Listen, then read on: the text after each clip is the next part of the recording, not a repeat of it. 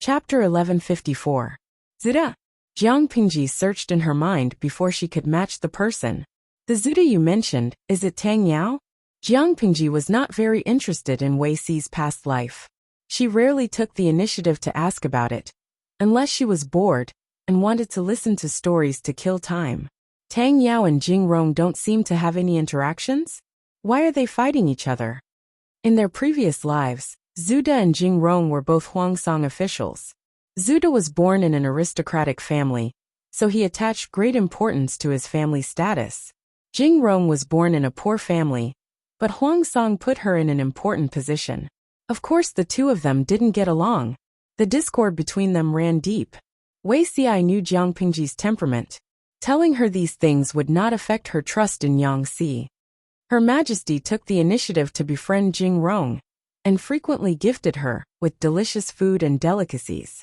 At first it was nothing, but as time went on, Yang Si and Huangsong grew apart. After that, he used several successive stratagems to sow discord. Jing Rong had no choice but to seek refuge with His Majesty. Yang Si did not jump ship because of his gluttony, but the cause of his jump ship was indeed because of his gluttony. In his previous life, if it weren't for Tang Yao's godly assistance, the possibility of Yang Si taking the initiative to jump ship wasn't high. Jiang Pingji listened with great interest. She did not forget to mock him. I'm afraid that Jing Rong is going to regret his actions. If it's recorded in the history books, the future generations will know that he made a mistake because of his gluttony. This reason was really shameful. She could totally imagine what the students of later generations would call Yang Si foodie. Wei Si pursed his lips and smiled. Wasn't that right? In his previous life, Yang Si had often hugged him and poured out his grievances. This dark history was simply an unspeakable pain in life. Jiang Pingji asked again. What about Tang Yao?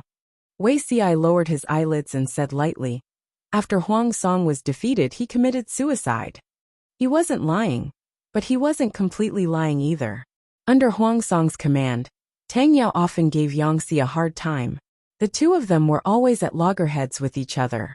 Tang Yao even used the excuse of being drunk to point at the mulberry tree and scold the locust tree that Yang Si was the son of a prostitute. Yang Si endured the humiliation. Later, when Huangsong was defeated, he returned the humiliation to Tang Yao. In the end, Tang Yao could not bear the humiliation and was forced by Yang Si to commit suicide by hitting the wall. It couldn't be said that Yang Si was wrong in this matter, but his means of revenge were indeed somewhat vicious. Wei Si did not want his lord to be dissatisfied with Yang Si because of this. Jiang Pingji did not question further. Tang Yao should be compiling books with Master Yuanjing now, right? Wei Si said. This is more suitable for him. It's also safe for him. The world was in chaos, and the feudal lords were in internal strife. It was either you die or I live. With Tang Yao's temperament, he would be fine under any lord, but he was indeed not suitable for Jiang Pingji. The pride of an aristocratic family had long since melted into his bones, and was deeply rooted. It wasn't something that could be corrected with just a few words. Rather than letting him come into contact with power and provoke discord among the forces in Wanzhou, it was better to let him make the best use of him and follow the teacher in writing books. Not to mention anything else, Tang Yao's knowledge and literary talent were truly impeccable. You're right. Writing books is more suitable for him. Jiang Pingji furrowed her brows. She was short of manpower at the moment, but she would rather have none than have a substandard one. Tang Yao was indeed talented, but he was indeed not suitable for her at the moment. He won't quit while he's ahead like Jing Rong, and he won't take the initiative to give in like Wenjing. The biggest possibility was that he would argue for what was right and put everyone on the spot. Jiang Pingji and Su Bei had completely shed all pretense of cordiality. After Gusu Gorge, she had Qiguan Rang write a declaration of war. The previous declaration of war was a public condemnation, but this one was an official declaration of war. When Su Bei received the declaration of war, he flew into a rage. He immediately sent someone to write a declaration of war to scold them. It was a joyous scolding battle.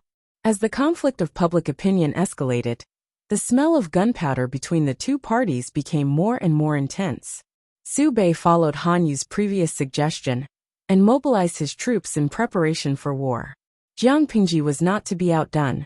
She occupied the Sichuan plains to train her troops, and at the same time, she ordered the rear to transport more weapons and rations.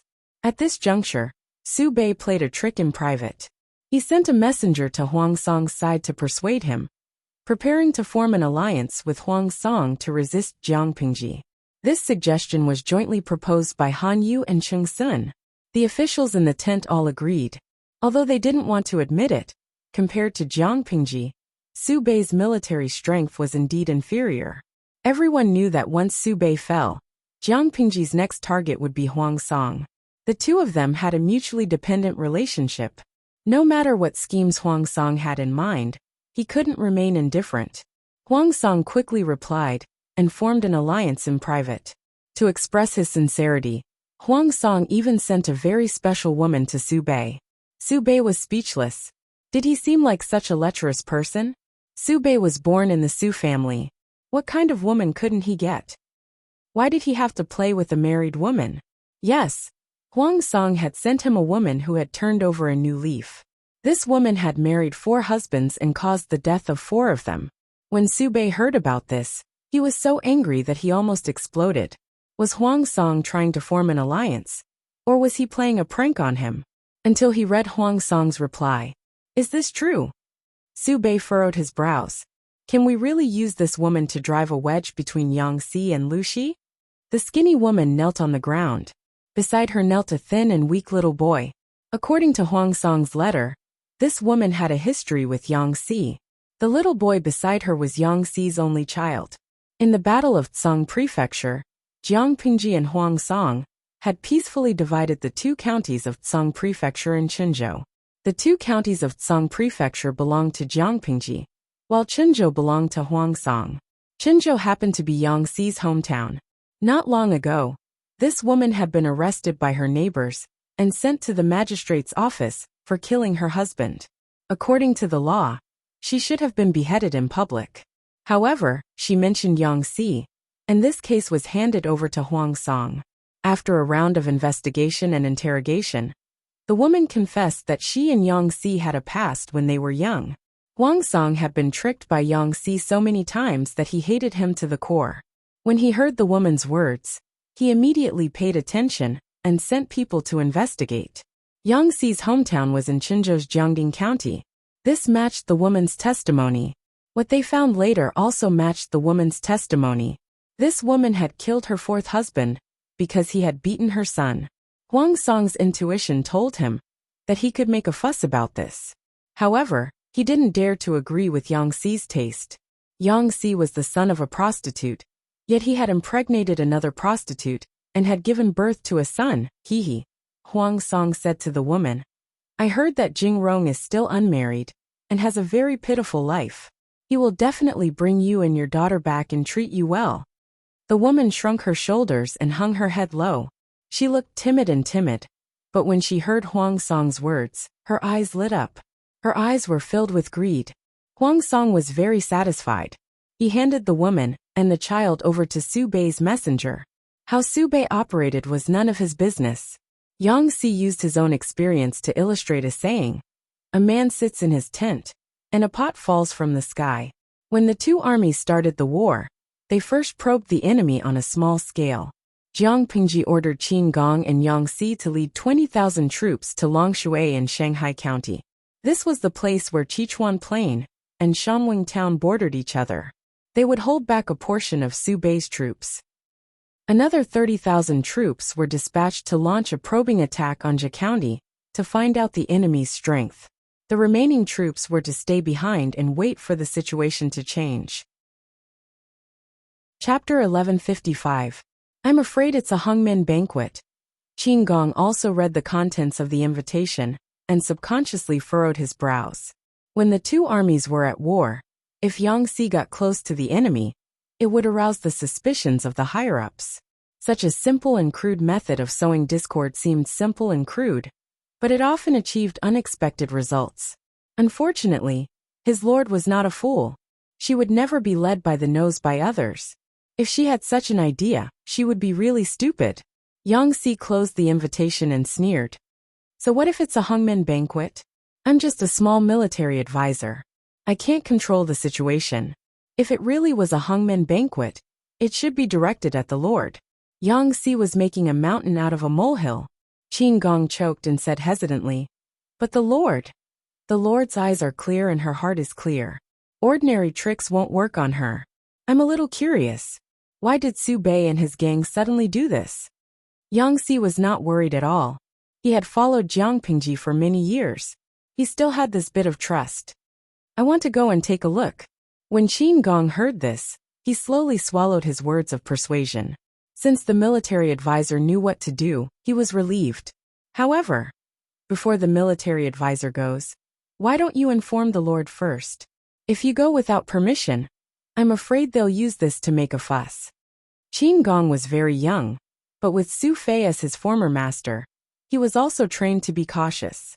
He felt more stable than Yang Si. After Yang Si heard this, he pursed his lips and laughed. He gently knocked the rolled invitation on the table, making a melodious sound. Officer Qin's words make sense. Yang Si considered himself a nobody, but he had attracted a lot of hatred. There was no guarantee that someone would take the opportunity to harm him. For this hangmen banquet, he had to bring some people along to boost his courage and add some bargaining chips to his life. There were still 2 days before the banquet. Yang Si mentioned this matter to Jiang Pingji, and she rolled her eyes at him.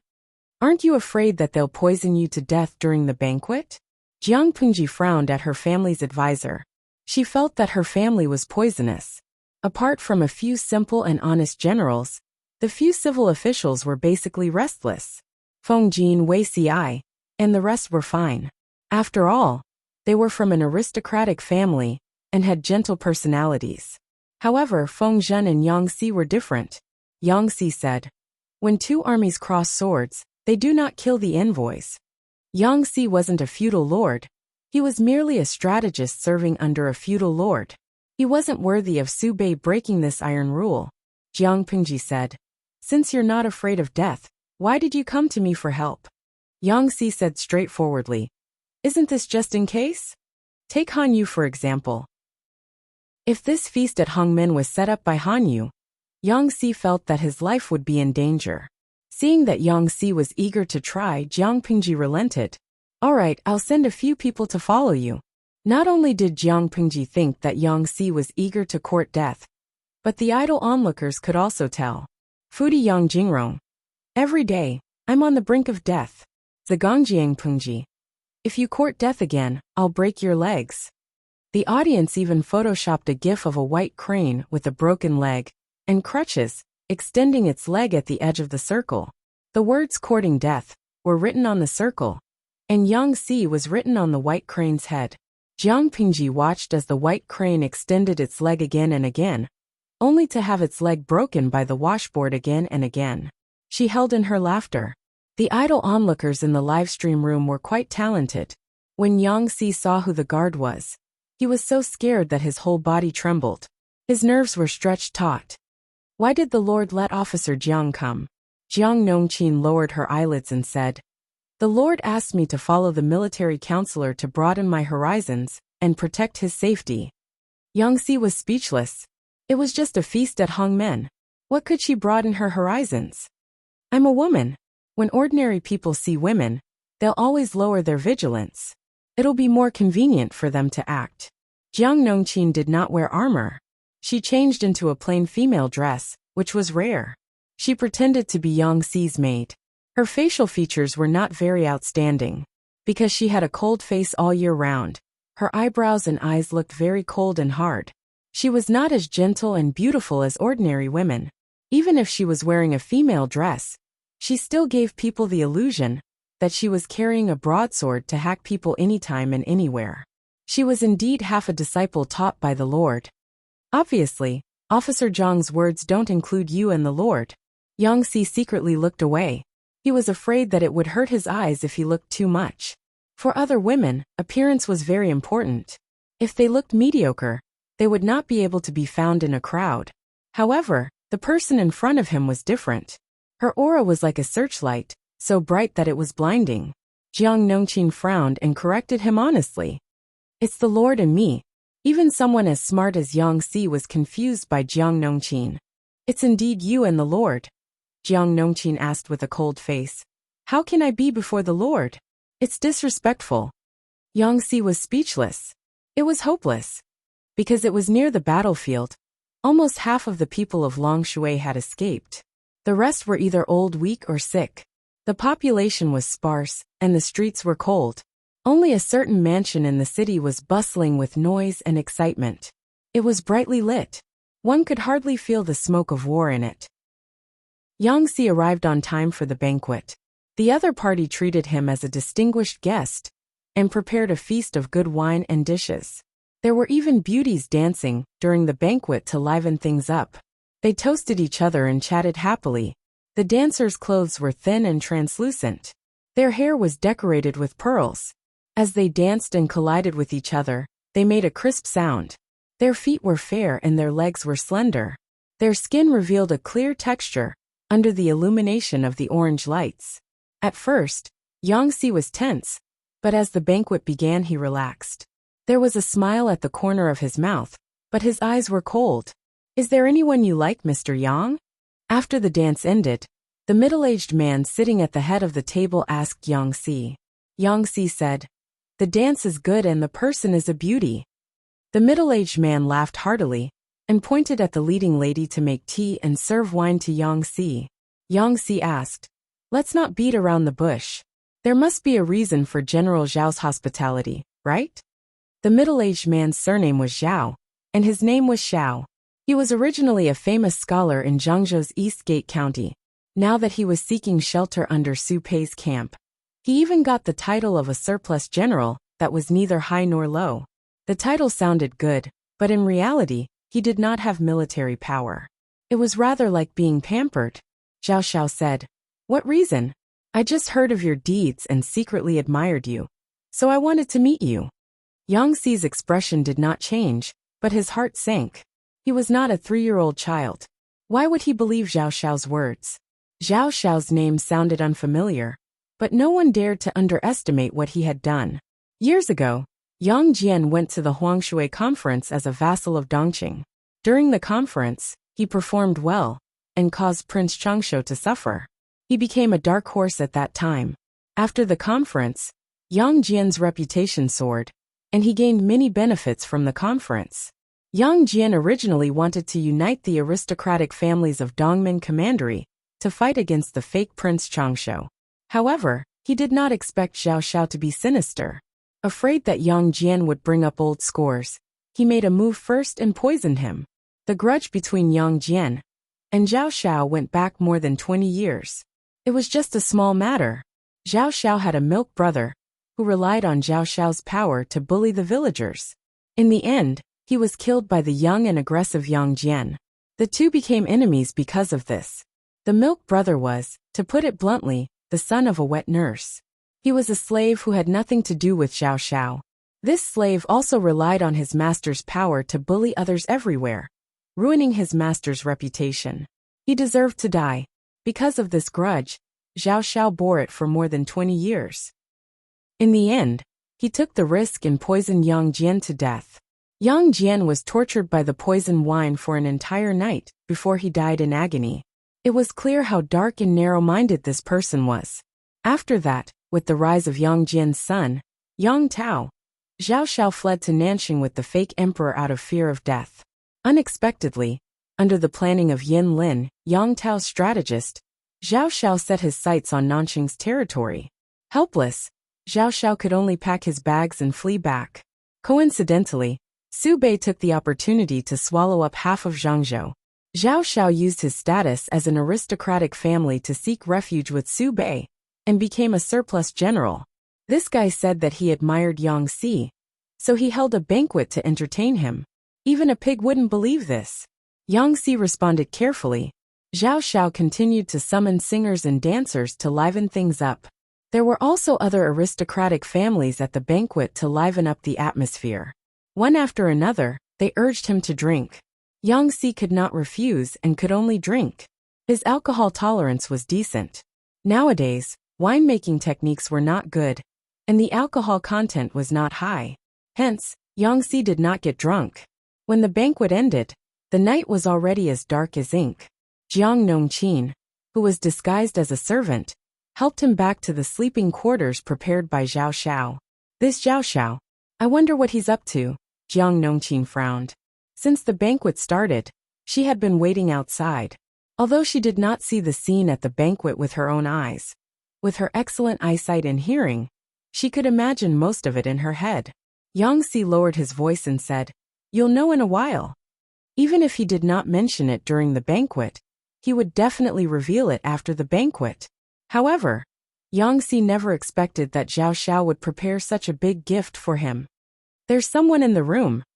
Before she got close, Jiang Nongqin had already sensed the presence of a stranger in the room. Yang Si pursed his lips. Could it be a honey trap? Jiang Nongqin closed her eyes and said coldly, "Throwing a meat bun at a dog is a one-way trip. A honey trap is really stupid." Yang Si was speechless. "Field Officer Jiang, you've gone too far." In order to save face, Yang Si said again, "Maybe it's an assassination?" Jiang Nongqin said in surprise, "If it's an assassination, wouldn't it be faster to poison him during the banquet?" Yang Si was eating happily. He did not refuse any good wine and delicacies, and he was served by a beauty in his arms. He would be a romantic even if he was a ghost. Yang Si was speechless. In order to avoid the awkward conversation, Yang Si pushed open the door of the sleeping quarters. The room was lit by candlelight, and a graceful woman was sitting at the table. A honey trap. Jiang Nongqin gave Yang Si a take-it-easy look and said with a faint smile, "Remember to call for help if there's any danger. I'll be guarding outside and won't leave. If there's no danger, please be careful when military advisor Yang is enjoying the beauty. Don't make too much noise, lest you disturb her sleep. Although it's a free meat bun, it's a waste not to eat it." Yang Si frowned. The woman's back was a little familiar, as if he had seen it somewhere before. Without caring about what Jiang Nongqin said, Yang Si stepped into the room. The woman heard the movement and slowly turned her face. Yang Si stood still and took a few glances. His face suddenly darkened, and he took a few quick steps forward. "Why is it you?" Chapter 1156. Why are you here? At this moment, Yang Si did not feel the slightest joy of meeting an old friend in a foreign land. Instead, there was a chilling killing intent in his eyes. The woman knelt on the mat and bowed deeply to Yang Si with her thin back. She clasped the mat with both hands and did not say a word. "Answer." Not only did Yang Si's face turn cold, but his voice also became cold. "Why did they look for you? To deal with me?" The last three words were full of sarcasm and contempt. Not talking. Seeing that she was pretending to be dead, Yang Si was furious and wanted to leave. Seeing that he really turned around, the woman hurriedly knelt and hugged his legs, sobbing softly. "Don't go. If you leave, both my son and I will die." Yang Si tried to pull his legs out, but the woman hugged him tightly. He could not move at all and could not break free. "Lieutenant Jiang, help." Yang Si tried his best but still failed. He could only shout angrily outside the room. The woman who was hugging his legs was stunned. She saw a maid dressed in plain clothes walk in from outside the door. The maid didn't even look at Yang Si. She raised her hand and grabbed the back of the woman's collar, lifting her up. "You want to shout for help for such a woman? Military advisor Yang, do you really not need to see the doctor?" He did not eat the meat bun that was sent to him, and his legs were trapped by the meat bun and could not break free. Jiang Nongqin felt that she was out of touch with the whole world. Was a man so thin and weak? She looked down and Yang Si subconsciously took a few steps back. When he understood the meaning of her words, his already ugly face darkened. "You two know each other?" Seeing that Yang Si did not speak, Jiang Nongqin glanced at the woman, who was thrown aside with tears on her cheeks. Yang Si said, "More than that." "Oh," Jiang Nongqin said. Thinking of Yang Si's usual style, she asked, "Do we couple?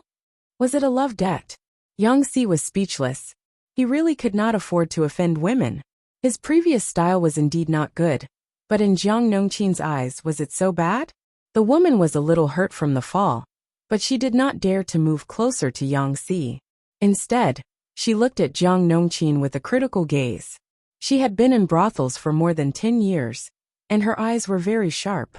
She could tell at a glance that Jiang Nongqin, who was still dressed as an unmarried woman, was not a virgin. Jiang Nongqin immediately felt the hostility in the woman's eyes. Jealousy, hatred, contempt, disgust. Wasn't it just a fall? Was there such a big grudge? This is the main course of the Hongmen banquet? Jiang Nongqin raised her eyebrows as she asked Yang Si. Su Bei had gone through so much trouble to invite Yang Si to a banquet. She had thought that it was a honey trap and a plan to sow discord between Yang Si and the Lord. She did not expect that he would actually send a 27 or 28-year-old woman. At this age, she could be preparing to be a mother-in-law, right? Yang Si said snappily. I guess so. The woman in front of him had witnessed the worst part of Yang Si's past. Now that he had been caught red-handed by Jiang Nongqin, he felt uncomfortable all over. The woman asked, Who are you? Jiang Nongqin sneered in response.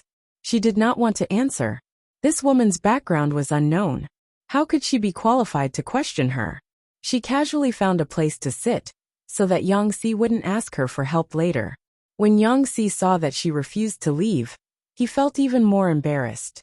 He only wanted to end the battle quickly and settle the matter as soon as possible. Tell me, why are you here? The woman was frozen by his coldness. Her shoulders shivered and she bit her lower lip. She did not have much contact with Yang Si, but she knew that he had a ruthless temperament. I heard that you've won the favor of a noble, and that you're now on a meteoric rise. I don't ask for anything else. I only ask that you do a good deed, and save me and fourth son. As long as you ask for it, we can be saved. Yang Si sneered. On what basis? On.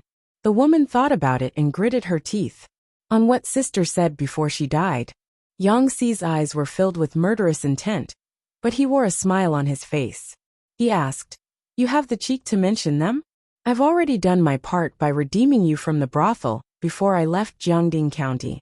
Now that you've appeared here, you must be up to no good. How can you have the cheek to ask for it? Jiang Nongqin, who was watching from the side, acted as a spectator and watched the drama that was filled with gratitude and hatred. The woman said with tears in her eyes, I'm just a weak woman.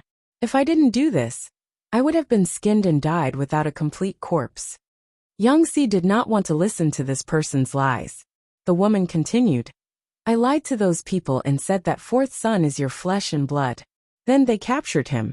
If you're not willing to help, we really can't live. Yang Jingrong, can you help us for the sake of Din Yang and the others? Yang Si was so angry that he almost had a heart attack. Although he had a romantic life like Feng Longzi, he had never thought that he would be a father. The woman repeated the two sentences over and over again. When Yang Si redeemed her from the brothel, she turned over a new leaf and married a man. However, that honest man had a short life. He died not long after, leaving her and the 3-month-old child in her womb. Her mother-in-law had always held a grudge against her past and suspected that she was a posthumous child. She cruelly drove her out of the house. Later, she remarried to another man, who also died not long after. The third man lived a little longer. She thought that her life was stable, but she did not expect that her husband would be captured to do forced labor and die. Life was really hard for a woman with a child. There was chaos outside, so she could only marry again. The fourth man was an idle gambler. When he had no money, he beat her and her son. He even scolded her that she could not have a child after a few years of marriage, because she had served too many men in the past. After that, the family was so poor that they could not live on anymore. He actually planned to let her resume her old job and make her son a servant to serve other men. In a rage, she picked up the firewood knife at home and chopped the man to death. The neighbors seized her and sent her to the magistrate's office. In order to survive, she could only mention Yang Si.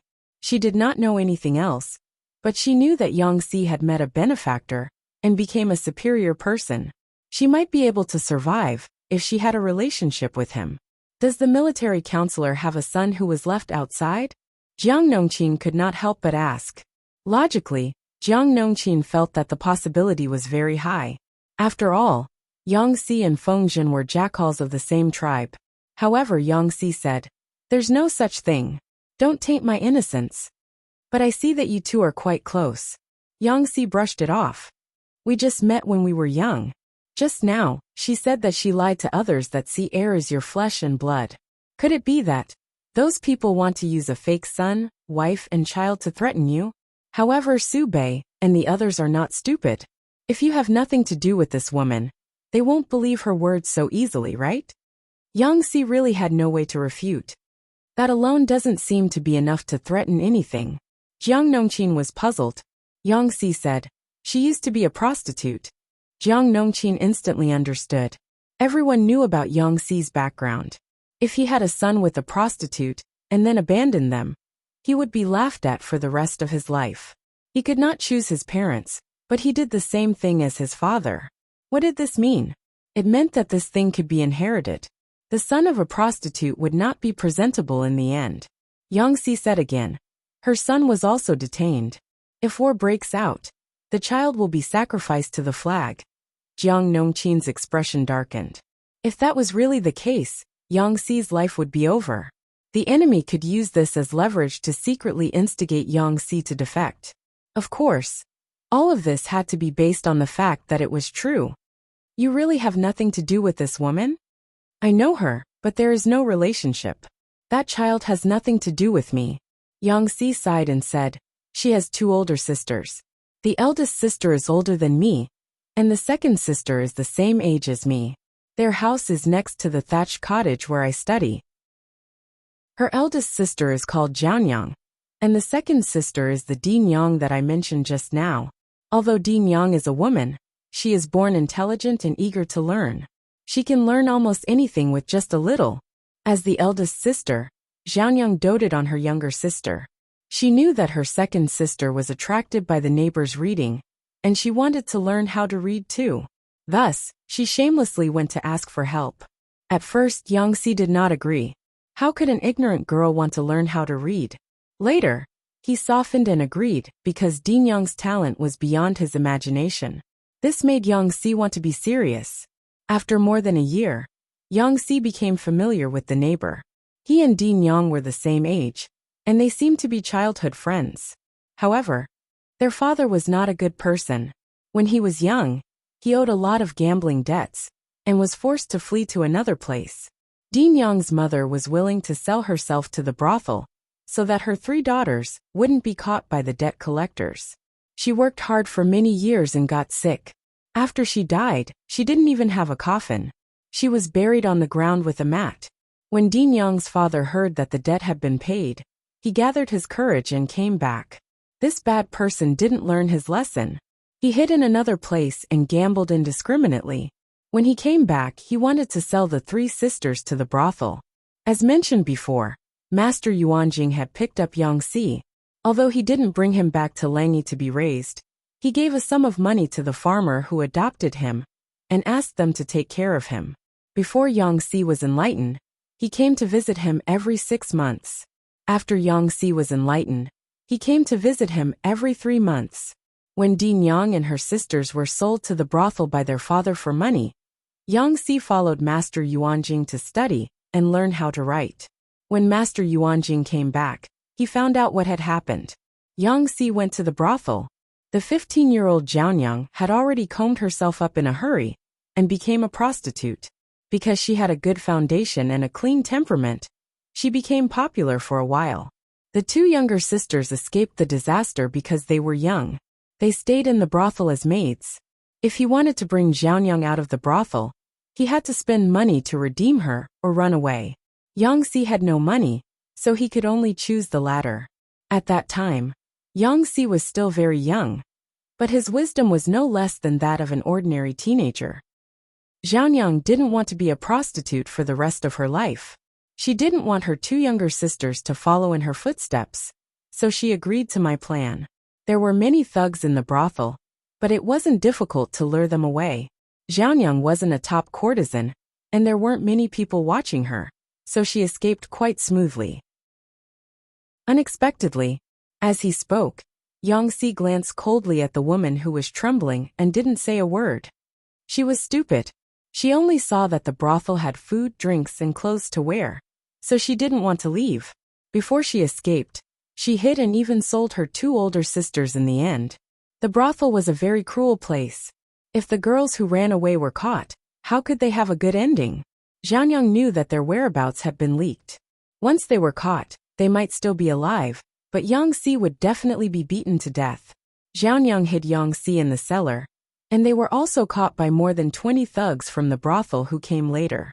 Their ending was very tragic. Yang Si hid in the dark cellar, listening to the movements coming from above. The darkness and cramped space of the cellar almost drove him crazy.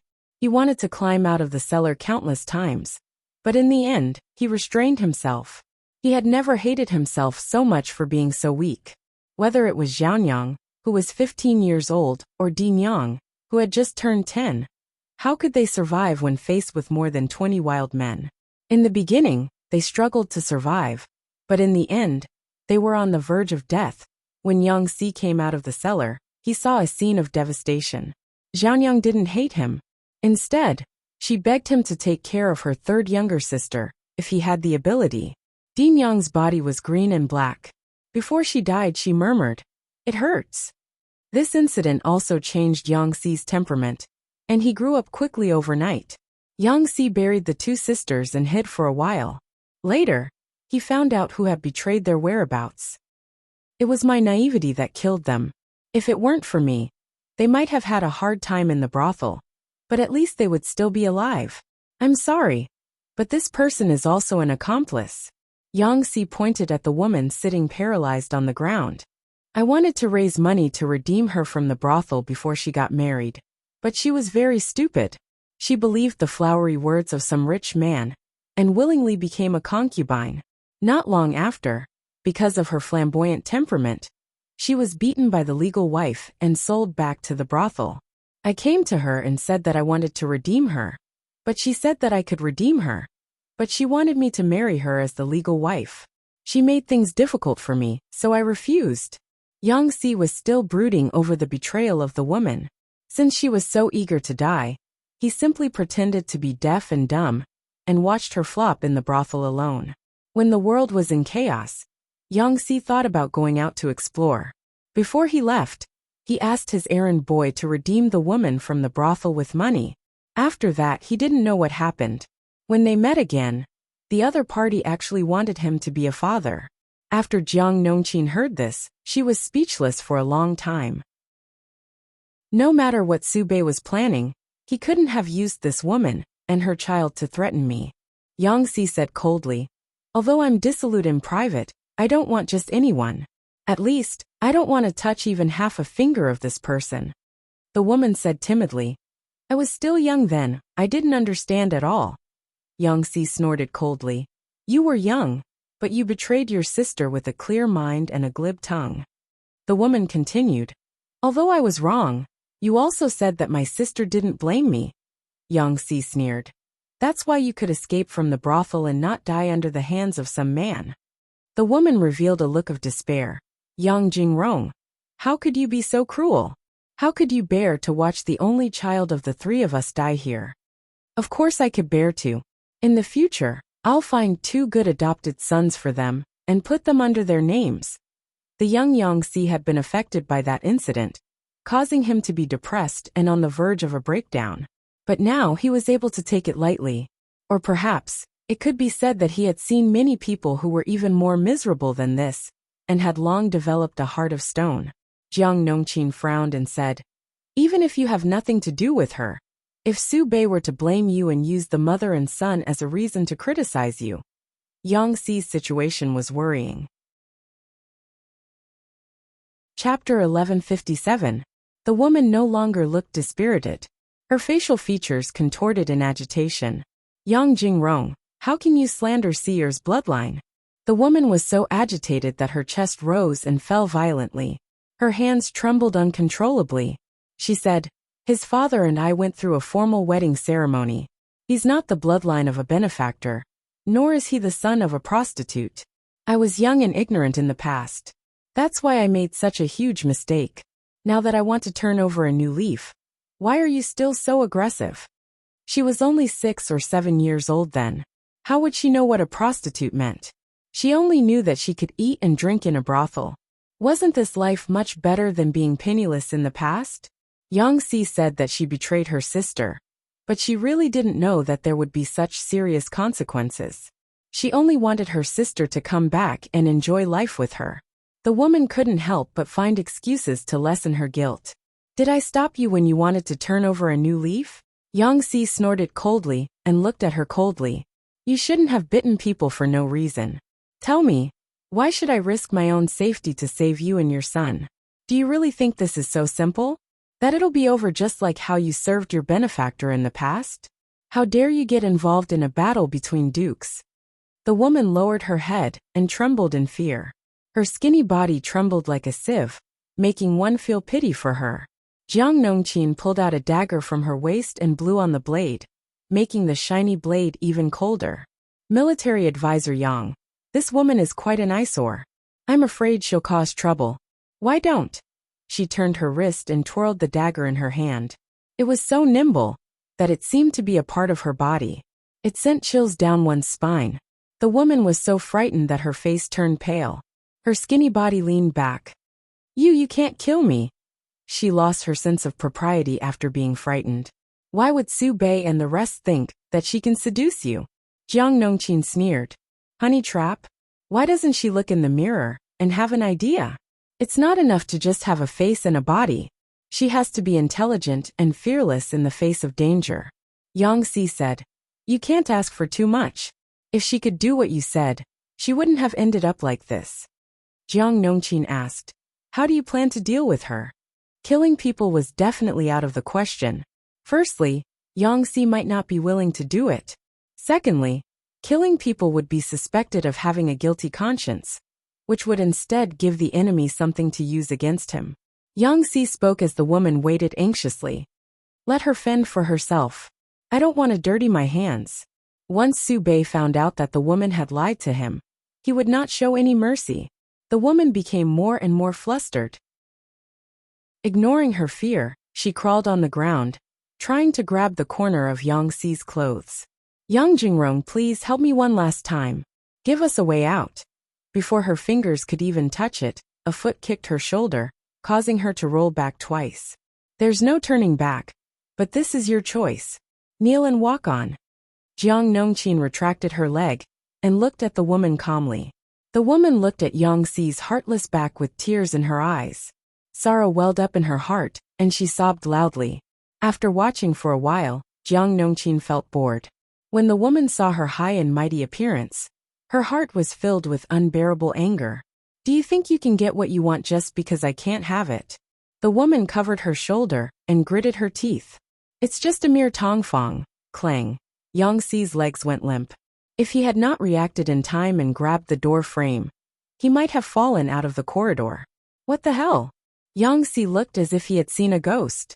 The old man was old and could not be so startled. The woman's vision was limited. Seeing that Jiang Nongqin's hair was unmarried but not pure, she thought that she was Yang Si's maidservant. At most she was like a tongfang. She did the work of a servant and had to serve the male master of the house at night. However, she could not be considered a proper master. Jiang Nongqin said with a faint smile. You said that you can't get what you want. Could it be that you want to cling on to the military counselor and become his legal wife? The woman's thoughts were exposed. She blushed and lowered her head to avoid his sharp gaze. She had led a tough life in the first half of her life. Now that there was a chance for her to build a relationship with Yang Si, she would definitely not let it go. Even if she could not become his legal wife, it would be good to be a concubine in his residence. In this way, she and her son would have hope for the rest of their lives. In her heart, her two sisters had already forgiven her for the mistakes she made when she was young. In that case, Yang Si was the murderer who killed her two sisters. He had the obligation to take care of her on behalf of his sisters. Those were two living lives. This was what he owed. Little did she know that the lives in Yang Si's hands were in the tens of thousands. He was willing to bicker with her for the sake of his two deceased old friends. Otherwise, he would have beaten her to death long ago. The woman straightened her neck and said, So what if I am? Nothing, he's too old. Jiang Nongqin said. He's too old to be a boy toy in the backyard. Yang Si was speechless. If he had not held onto the door frame, he might have fallen to the ground. Jiang Nongqin turned to look at Yang Si. Military Counselor Yang is already over 30 years old. He's indeed old. Am I right? No, you're right. He had been stabbed several times, but he had to grit his teeth and admit that the other party had stabbed him well. Yes, yes, yes. Whatever the little fairy said was right. Yang Si came to the banquet out of curiosity. He did not expect to be fed a mouthful of sh*t. He even had a bellyful of anger. Let's go home. Zhao Xiao soon received the news and hurriedly brought people over. Could it be that the beauty arranged is not to your liking, sir? Yang Si said. Not only is it not to my liking, but it's also extremely nauseating. Zhao Xiao secretly observed his expression and was puzzled. Yang Si's reaction was very different from what he had imagined. The servants did not treat you well and neglected you. I'll go and give them a warning now. Zhao Xiao persuaded earnestly. It's getting late now. Why don't you stay for the night, so that I can be a good host? I wonder how that beauty offended you. Yang Si said. That person tried to claim friendship as soon as she came up. Her motive is suspicious. Si has seen her before. She used to be a flower lady in Jiangding County. There were countless people around her.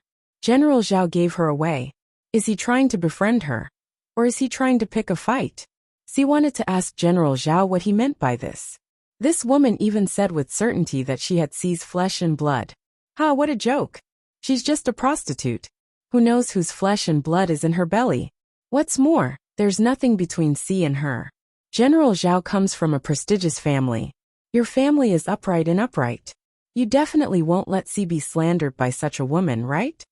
Zhao Xiao looked embarrassed and said. That woman took the initiative to come to me to make a statement. I saw that she had irrefutable evidence, and believed her words. I had the intention of reuniting Mr. Yang with the mother and son. Who would have thought that my good intentions would cause trouble? Yang Si sneered. If General Zhao doesn't believe me, you can check Sier's birth date, and the time when Si left Jiangding County. There's a gap of 3 to 5 months. Prostitutes are best at sweet words and sowing discord. General Zhao actually believed them? Zhao Xiao's face turned green and white. Mr. Yang is right. The words of prostitutes cannot be trusted. After all, dirty blood flows in their bones. No matter what, it's not something that can be put on the table. Don't be angry, Mr. Yang.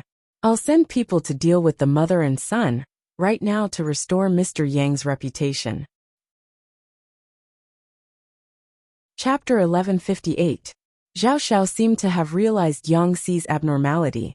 He suddenly patted his forehead and smiled apologetically at him. Mr. Yang, I didn't mean to target you with those words just now. Please don't take it to heart. Zhao Xiao hated Yang Si very much. It was not that Yang Si had offended him. In fact, it was his first time meeting Yang Si. He had only heard of his name before. However, Yang Si was born in a lowly family. He was the son of a prostitute. Who knew who his father was? To put it bluntly, any man could sleep with Yang Si's mother with a little money. Wasn't that disgusting? Zhao Xiao even thought that if Yang Si's mother was still alive, and he gave her some money to serve another man in front of her son, would she do it? As a son, would Yang Si commit suicide out of shame and anger? Hee, how humiliating and mocking would that be? The blood flowing in Yang Si's bones was the original sin. He was just the son of a prostitute.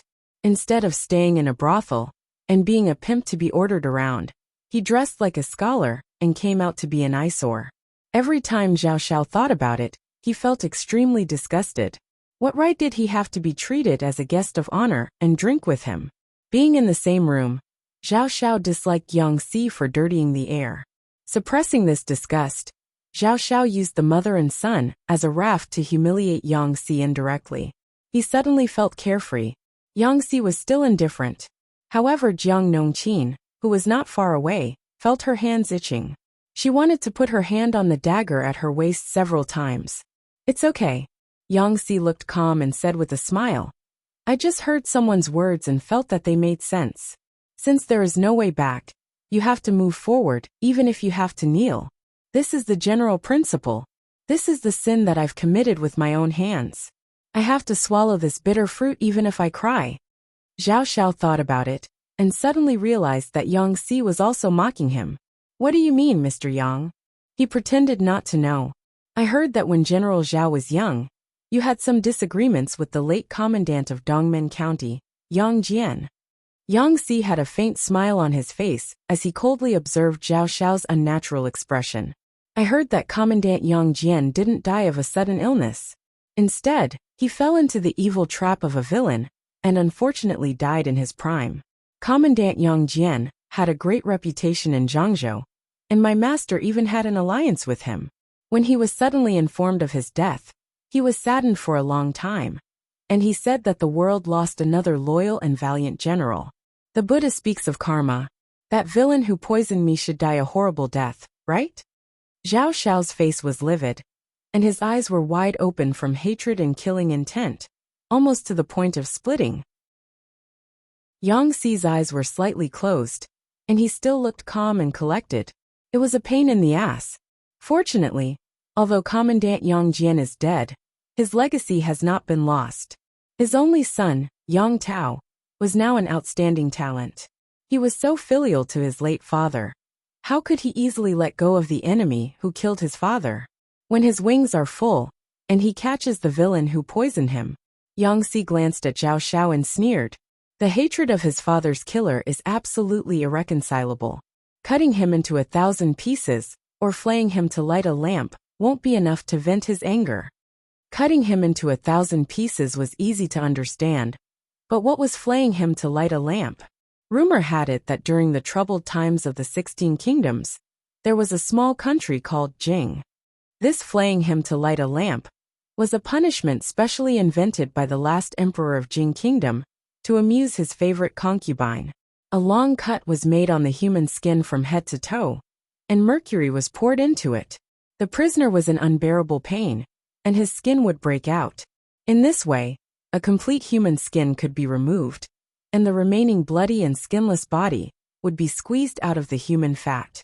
The prisoner who had lost his human skin would be tied up, and the layer of fat on his abdomen would be dug out, and a lamp would be lit. Just the thought of the scene sent chills down one's spine. Zhao Xiao looked at Yang Si with anger, shock, and fear. He was pointing at the mulberry tree and cursing the locust tree in front of Yang Si. So Yang Si simply exposed him and threatened him. Zhao Xiao suppressed his fear and cursed in his heart. The son of a lowly prostitute. There are still many government affairs to settle in the military camp. It's not good for me to stay outside for too long to avoid delaying official business. I'll take my leave first. Yang Si declined Zhao Xiao's invitation to stay expressionlessly. The two of them hated each other. What else could they do if they stayed behind other than to hurt each other? Zhao Xiao had no choice but to let them go. Jiang Nongqin boarded the horse carriage and looked at Yang Si, who was sitting in the carriage with his eyes closed. She lifted the curtain and glanced at Long Shui.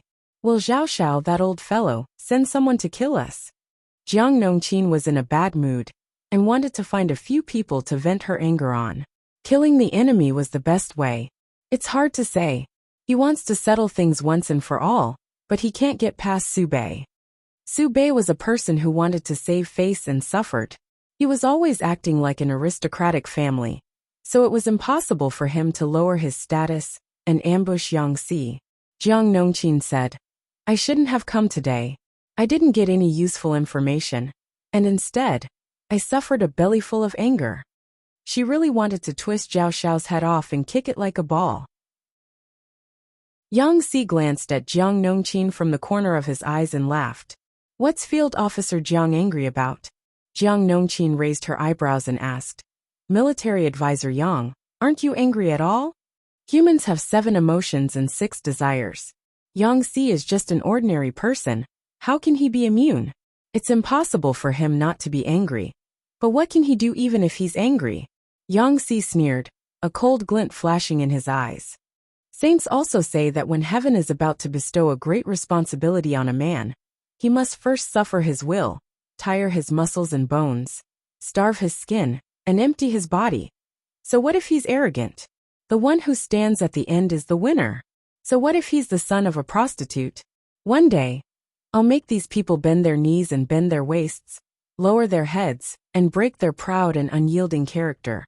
As she spoke, Jiang Nongqin saw Yang Si gripping the corner of the table so tightly that his fingers almost dug into the table. Some people became more and more timid when faced with the malice and attacks of the entire world, until they lost the courage to live. However, Yang Si was different. The more others slandered him, humiliated him, mocked him, belittled him, despised him and hated him, the more he wanted to live freely. His weakness could not be exchanged for the sympathy and pity of others. It would only become a weakness that his enemies could use to ridicule and belittle him. In that situation just now, if the military counselor had given the order, I would have definitely taken the head of the old thief, Zhao Xiao. In Jiang Nongqin's opinion, these weak scholars were all treasures, little princesses that needed to be pampered and pampered.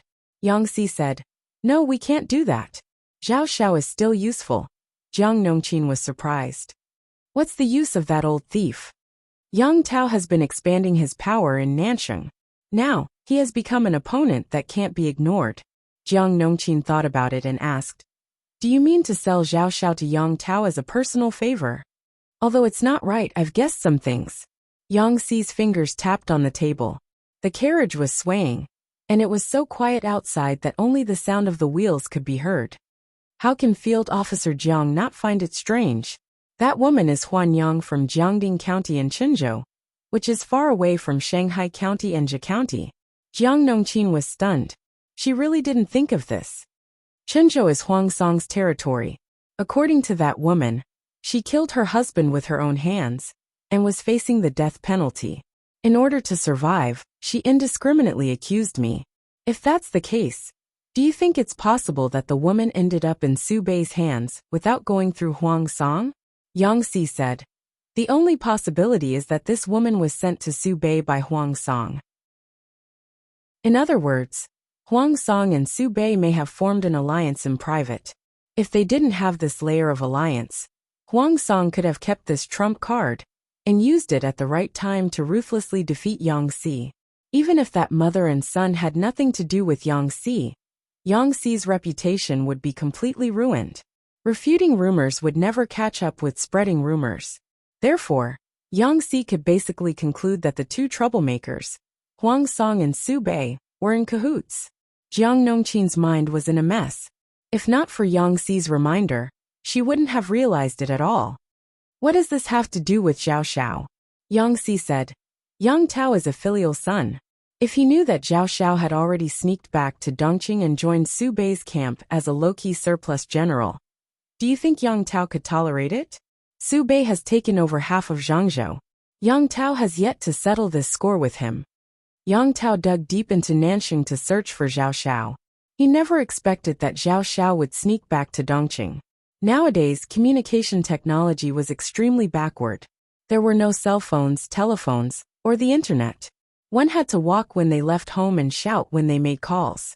An international letter would take more than half a year on the road. Zhao Xiao sincerely wanted to hide from Yang Tao, but Yang Tao's attention was on Nansheng. Yang Tao really couldn't do anything to him. Su Bei and Huang Song are in cahoots. Why can't our Lord present Buddha with borrowed flowers and do Yang Tao a favor by outflanking Su Bei? Yang Si's gaze was heavy. His eyes were filled with coldness. "Officer Jiang, I'm curious. How should this Zhao Xiao die?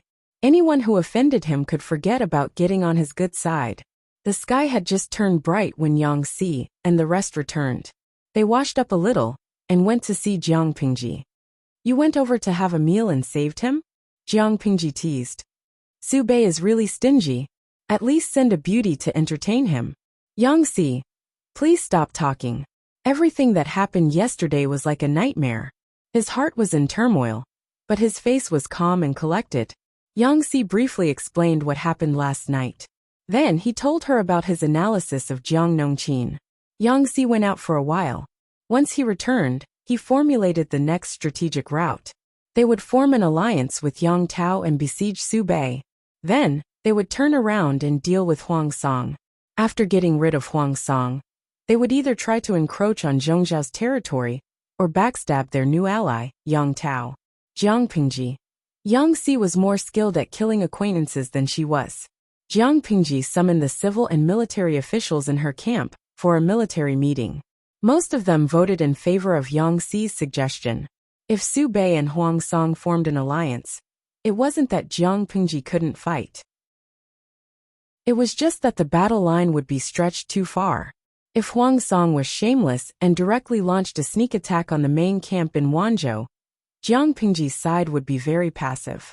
If they formed an alliance with Yang Tao, they could set the battle line in the south and restrict the troops of Huang Song and the rest. Who is willing to seek an alliance with Nansheng? Taking the initiative to form an alliance required a sincere attitude. It was necessary to send a capable general. The Sichuan plain of Hu County was less than 10 days' journey from the border of Nansheng. It would take at least a month to find Yang Tao and talk about forming an alliance. However, they weren't clear about the situation in Nansheng. After a moment of silence, Wei Xi stepped forward and volunteered. I am willing to resolve my lord's problems. Among the people in the camp, he was the most suitable. In his previous life, he had assisted in Shui in conquering half of Nansheng. He had spent a lot of effort on that. No one knew it better than him. Jiang Pingji frowned. After a while she asked, Zixiao, are you confident? 100%. Chapter 1159. Zixiao, please treat this trip to Nansheng with caution. After the crowd dispersed, Qiguan Rang could not help but remind Wei Xi. Wei Xi turned his head upon hearing the voice. There was a hint of surprise in his eyes. He had a sharp nature. It was not like he was unaware of Qiguan Rang's wariness and suspicion towards him. Aside from official business, they rarely interacted with each other in private, let alone this kind of advice to a friend. Qiguan Rang raised his eyelids and said lightly, the Lord's decision to form an alliance with Yang Tao was only to reduce the pressure on the battlefront. She wasn't afraid of the alliance between the Huang and Su families. Since they were going to fight anyway, it would be the same sooner or later. When you go to Nansheng, it's best if you can persuade Yang Tao. If you can't, it's fine too. At the end of the day, the war can be fought at any time. The difference lies in the length of time and the degree of difficulty. But there is only one Wei Xi in the world. On the surface, Wei Xi did not show any extreme reaction. But in his heart, he was somewhat fearful. Ever since Wei Xi had ascertained who was responsible for the meteorite falling from the sky in his past life, he did not expect to gain Qiguan Rang's approval and trust. This was because the theory of rebirth was too absurd. Other than the Lord, no one else would believe it. Since Wei Xi could not be honest, he naturally could not completely dispel Qiguan Rang's suspicions. Wenzheng, do you think there will be other changes during the trip to Nansheng? Wei Xi pretended to be confused. That's not it. Qiguan Rang shook his head. I'm just reminding you to be careful and protect yourself. Don't force yourself. If Wei Xi was just an ordinary strategist, it would be fine. However, he was a fat piece of meat that his lord had her eyes on. She could not let him be taken away by others. Of course, his concern for Wei Xi did not mean that he did not suspect him.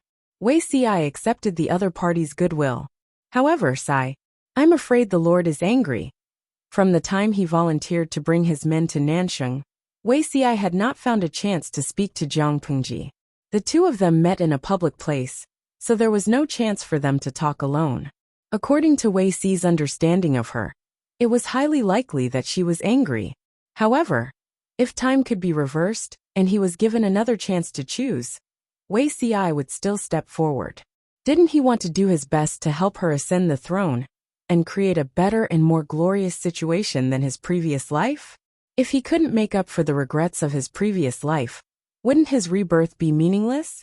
Wei Xi rode on the horse and looked back at the tents that were gradually getting further and further behind him, until the tents that were like mountains disappeared into the horizon. To ensure Wei Xi's safety, Jiang Pingji assigned many guards to him. A portion of them transformed into the guards of the courtyard to protect Wei Xi, who was disguised as a fleeing country gentleman. The other portion transformed into refugees and hid in the dark. He would first take the land route, then he would change to the waterway before changing to the land route. He He would cross the border between Jiangzhou and Nanxing and enter Nanxing's boundary. Wei Xi thought that Jiang Pingji was angry, so she ignored him in a tsundere manner and even gave him a one-sided Cold War. Little did he know that his situation was completely under Jiang Pingji's control. The Yinyang jade pendant was a gift from Jiang Pingji. Wei Xi always wore it close to his body. He never took it off even when he bathed. In his eyes, the Yin and Yang jade pendant was just a jade pendant given by his lord. But in Jiang Pingji's eyes, it was an excellent dating artifact. It was fine if Wei Xi was far away. She would be able to see him whenever she missed him. The reason why she did not tell Wei Xi her parting words in private was that she did not want to put too much pressure on him. Langjun, we have arrived at Nanxing's boundary. Wei Xi came out of the cabin when he heard the voice. The scenery of the lake and mountains before him was mesmerizing. It was a vast expanse of blue, and the lush green mountains were falling backward. Nanxing was much warmer than Dongqing. When summer came, the scorching sun shone on the earth. Occasionally, there would be continuous rain. Half a month ago, he was still wearing his spring clothes. When he arrived at Nanxing, he immediately changed into a summer shirt made of light material. This is Xuanjiang River. Wei Xi looked at the familiar scenery and suddenly felt like he had traveled through time. It was as if he had returned to the time when he accompanied An Chui to Nanxing. It was the season when the river water flowed rapidly. The ships heading south almost did not need boatmen to paddle. They could travel 1,000 miles in a day. The wind from the ships blew against their faces. I didn't expect to have a chance to return in this lifetime. There was no one around. Wei Xi murmured. He stood at the bow of the ship and gazed into the distance. The wind from the river passed through the mountains and the water, blowing against his face. It blew against his wide sleeves and his headscarf. Wei Xi volunteered to come to Nanxing not only to persuade Yang Tao to form an alliance. In reality, it was not difficult to persuade Yang Tao. Any strategist under the Lord's command could do it. Yang Tao was a filial son. His hatred for Zhao Xiao was like An Chui's hatred for the 4 factions of Nanman. He would hack the enemy into pieces, even if he had to go to heaven or hell. Being loyal was his strength, but it was also his most fatal weakness. If not for Yan Lin's old maid's constant reminders, Yang Tao would have courted death long ago. His experience from his past life told Wei Xi that Yang Tao was not meant to rule the world. Wei Xi's expression was a little complicated as he thought about what happened in his past life. In his past life, those who fought with His Majesty for the world either killed themselves because they could not stand the failure, or were beheaded by His Majesty. Most of them did not have a good ending. It was not that His Majesty could not tolerate them. On the contrary, these feudal vassals had been raised by the chaos of the world. How could they be willing to be under someone else when the world was at peace? They always had various concerns. They were worried that His Majesty would be afraid of them and harm them. Rather than struggling at death's door under his old enemy, it was better to end it all. If he died before the chaos ended, he would be considered a hero of his generation. Yang Tao was the odd one out among them. His Majesty used powerful troops to suppress Yang Tao. Yan Lin was defeated and fell into the trap. Guess what that brat Yang Tao did? He was willing to give up everything in exchange for Yan Lin's life. At that time, Yang Tao still had an extremely rich territory. If he gathered his troops, he could still resist for a few months. He surrendered without hesitation. Yan Lin was so angry that he picked up his weapon and hammered Yang Tao. Wei Xi really wanted to cry out for His Majesty. His Majesty was not a narrow-minded person. In his past life, when Yang Tao surrendered, His Majesty did not make things difficult for his family. He even gave him the important task of leading troops to conquer the world. After the Jiang dynasty was founded, Yang Tao was conferred the title of nobility. Although it was not hereditary, as long as his descendants were successful, at least his family would be able to gain a foothold in the court. That was not all. He was also one of the 10 generals who entered the Golden Scale Pavilion. If the title of nobility was a little exaggerated and somewhat comforting, then entering the Golden Scale Pavilion was a real military achievement. Of course, the Golden Scale Pavilion in his past life was not the Golden Scale Pavilion of today. Today, the Golden Scale Pavilion was an academy where countless books were gathered.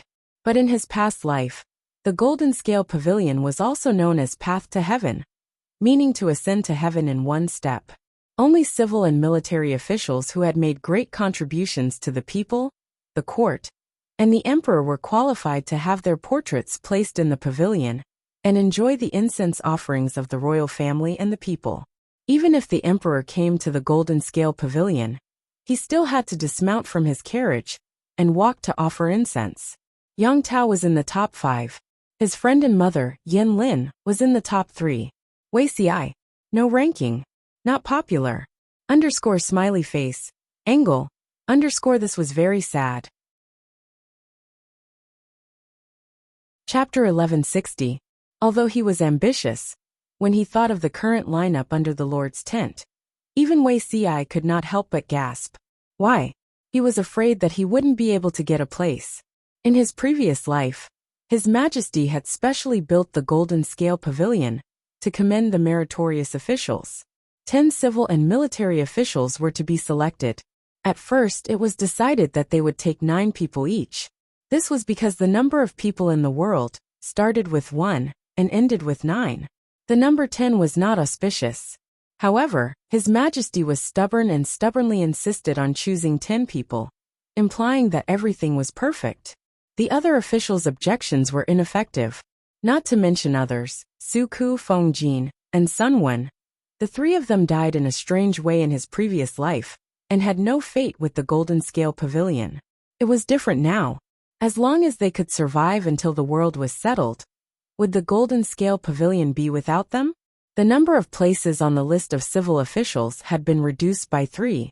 Thinking about the strategists who had successively submitted to the Lord in the previous life, Wei Xiai could not help but feel nervous. Why call it the Golden Scale Pavilion?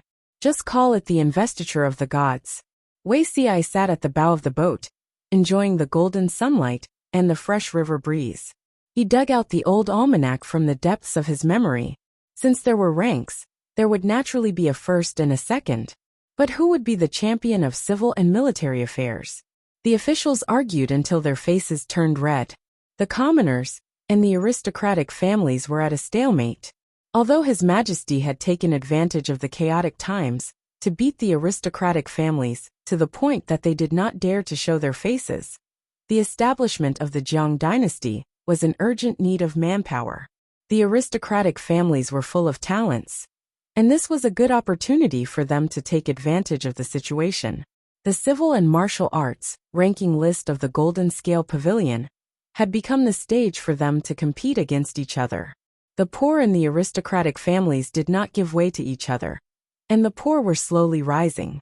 If the second and third generation could stabilize their footsteps, sooner or later, they would be able to enter the ranks of the noble families, and even become a new aristocratic family.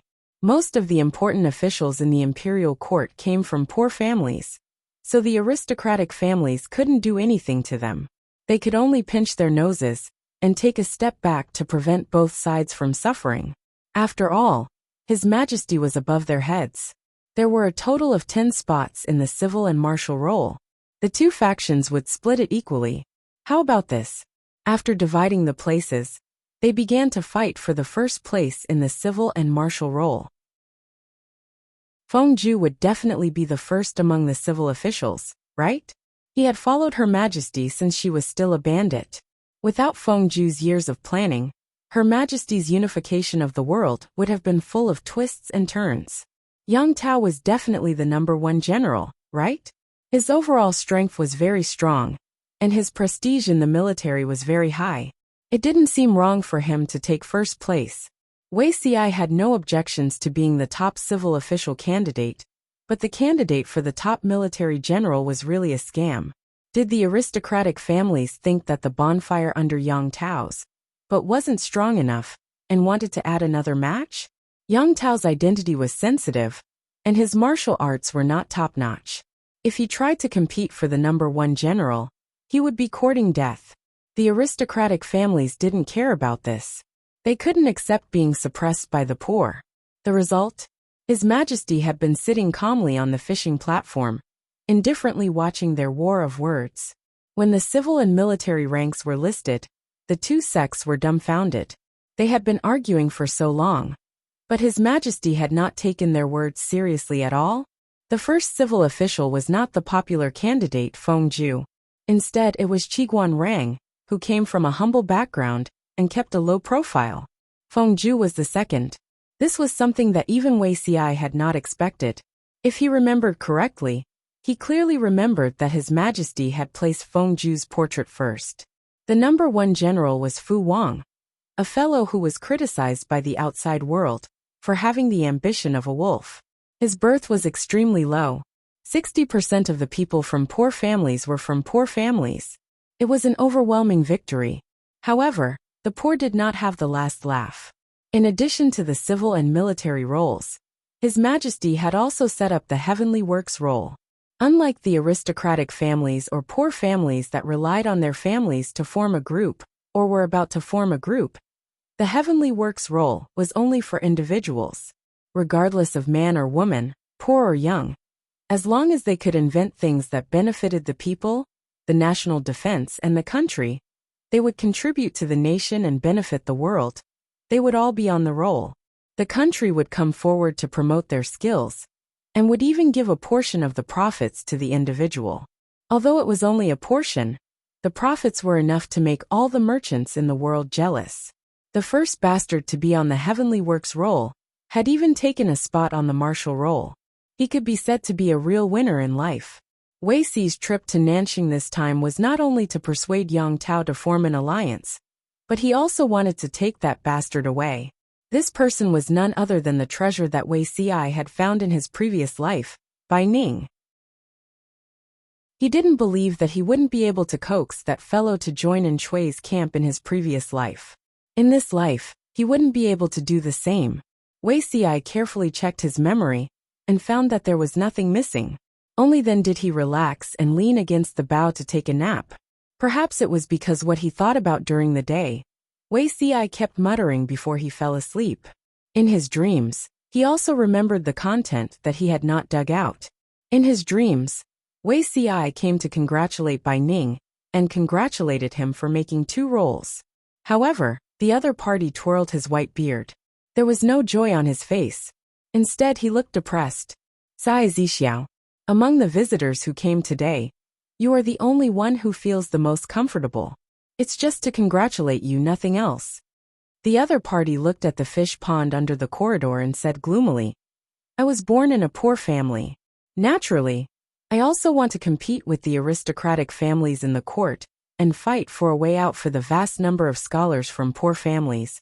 But the person above us is really frightening.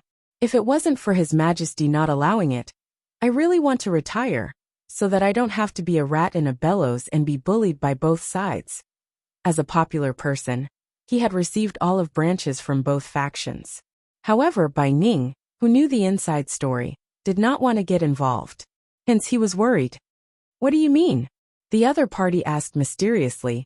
How do you think I got on the heavenly craftsman roll? Wei Xi said, naturally, it's because I offered the secret recipe for gunpowder and firearms, strengthened the national defense, and contributed to the country. The other party chuckled and shook his head continuously. No. It's just because His Majesty likes me. Maybe it's because of you. Wei Xi was about to ask in detail when Bai Ning said earnestly, when the poor and the aristocratic families fight, both sides will suffer.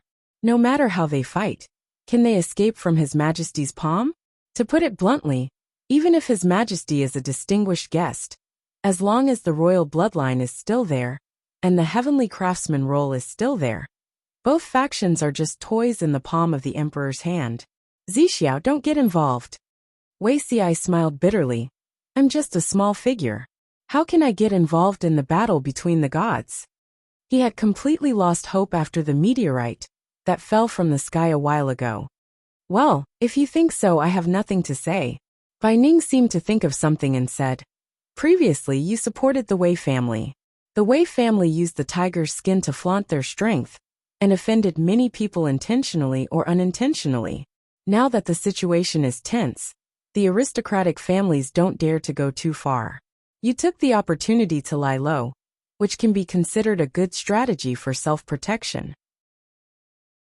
Heh! Once the 3 roles of civil, martial, and heavenly craftsman are out, the mad dogs that bit you previously stopped. Then Bai Ning rambled on and on. Wei Xi listened carelessly at that time, drinking cup after cup of sake into his stomach. He could not remember what Bai Ning said, but it was very clear in the dream. Her Majesty can put whoever she wants on the heavenly crafts ranking.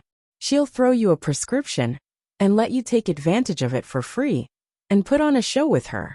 With a whoosh, you'll be able to enter the imperial court even though you're just a commoner. This speed is even faster than ascension. To put it bluntly, the aristocratic families and the poor fight back and forth for the sake of benefits. The accumulation of generations is not as good as the rewards from His Majesty. Sigh. The more I think about it, the more I feel that the water is too deep. It's better to go back to my hometown and continue to sell firecrackers. What's the use of fighting between the poor and aristocratic families, Zixiao? Don't you think so? The aristocratic families referred to noble families that had been officials for generations. In the era when the dissemination of books and education was difficult, they occupied a lot of resources. After generations of accumulation, they educated countless talents. The educated talents could also consolidate the family's interests, accumulate more resources, and make the entire interest group indestructible. In the end, the success of the aristocratic families lay in their rich capital, which allowed them to stand higher than others. If life was a competition, the poor were born at the starting point, while the aristocratic families were born at the halfway point or even the end. But, no matter how many resources the aristocratic families controlled, no matter how rich their heritage was, they were still limited by the development of the times. While everyone fought with cold weapons and on horseback, His Majesty could take out the recipe for gunpowder and more and give it to any trusted confidant. A small recipe, coupled with His Majesty's secret support, could instantly give birth to another rising force, disrupting the rhythm of the poor and aristocratic families. If they could not keep up with the pace of the times, regardless of whether they were aristocratic or poor, they would eventually be abandoned by the times. It was like flying a kite. The person who controlled the reel was His Majesty. How high and how far the kite flew was all in her control. Bai Ning always thought that His Majesty would go overboard, but it turned out that the people who went overboard were the aristocratic families and poor families. They were led by the nose and did not know it. Wei Xi clearly realized that he was dreaming, and the content was a memory deep in his mind. He remembered clearly that he visited Bai Ning that day, but he was depressed and unable to calm down. He also wanted to enter the civil officials list, but it was a delusion. When Bai Ning took out good wine to entertain him, Wei Xi drank a lot out of depression and did not understand what Bai Ning said. But now he dreamed of it. In the dream, he was muddle-headed, but he heard it clearly. Like a sudden clap of thunder, the scattered clues gradually pieced together. His Majesty, Wei Xi was shocked and suddenly opened his eyes. The dazzling sunlight hurt his eyes. He subconsciously turned his head to avoid it, and it took him a long time to adapt. When he regained consciousness, Wei Xi realized that he was breaking out in a cold sweat. Everything in the dream became clearer. He thought he understood His Majesty very well, understood the current Lord very well. But when he thought back to the dream, Wei Xi found it hard to believe that what he understood might only be the tip of the iceberg. In the previous life, His Majesty had already started to plot. She was playing a very, very big game of chess, but he had no idea. At the same time, Jiang Pingji opened her eyes and withdrew her mental strength from the yin and yang jade pendant in time. She supported her chin with her left hand and twirled the brush with her right. She muttered, "Bai Ning? Which little demon is this?" Just as she was thinking, a messenger came from outside the tent. "Report, an urgent secret report from the front lines. Come in." Jiang Pingji restrained her unnecessary thoughts. The messenger hurriedly entered the tent and handed over a sealed bamboo tube. She casually pinched the bamboo tube and broke it, taking out the secret letter inside. Wei Xi had gone to Nanxing on a business trip, but Su Bei would not stop fighting because of this. Regardless of whether it was Su Bei or her, both sides were on the brink of life and death. The two families did not erupt into a large-scale war, only small skirmishes. For example, when they attacked a small district, you retreated and I advanced. I retreated and you advanced. Gentle was like flirting. Jiang Pingji knew what Su Bei was waiting for. He was waiting for Huang Song to send troops. She was also waiting for Wei Xi's news, waiting for Huang Song to enter the fray. If she did not press Huang Song and Su Bei to the ground and rub against them, she would feel sorry for Zixiao's hard work these few days. Sigh, they've become thinner and darker. Staring at Huang Song's secret letter, Jiang Pingji sighed. Chapter 1161. It's my honor to run errands for my lord. It's not hard at all. The messenger was overjoyed. He spoke his mind honestly. This time, it was Jiang Pingji's turn to be confused.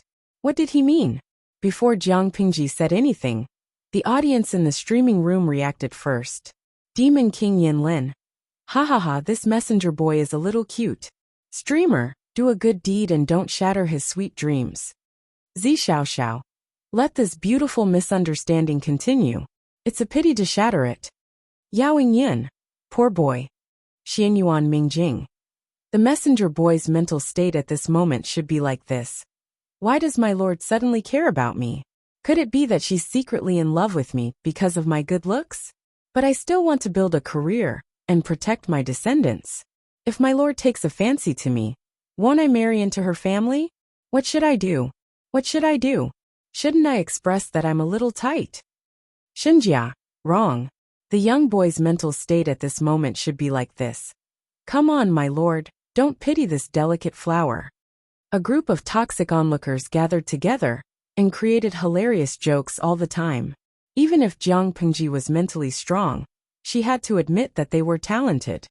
Streamer V. Chen Duxiu, do you want me to buy you 2 bottles of Dihuaxiu, plant a few orange trees, and build a few train stations? Although Jiang Pingji and the idol viewers lived in a different era by thousands of years, she was someone who kept up with the trends. She could learn and apply the jokes and memes that the audience created on the screen after a little pondering. She knew all about the Italian canon of the 2nd Battalion commander, Chen Duxiu and Li Dezhao, Dihuaxiu hand sanitizer, god of creation, train stations and orange trees. But Jiang Pingji still underestimated the shamelessness of the idol. As soon as she spoke, the screen was filled with bullet screens of yes, yes, yes, and front row, screenshot and photo with the streamer. It was spectacular. Jiang Pingji was not a streamer who liked to interact with the audience. She had only spoken a few times in the streaming room for so many years. There were busybodies on the internet who collected her speeches over the years and edited them into a book and published it. She couldn't imagine what kind of immoral things these salted fish wouldn't do. After going through thousands of thoughts in her mind, Jiang Pingji put away the secret letter with her usual expression.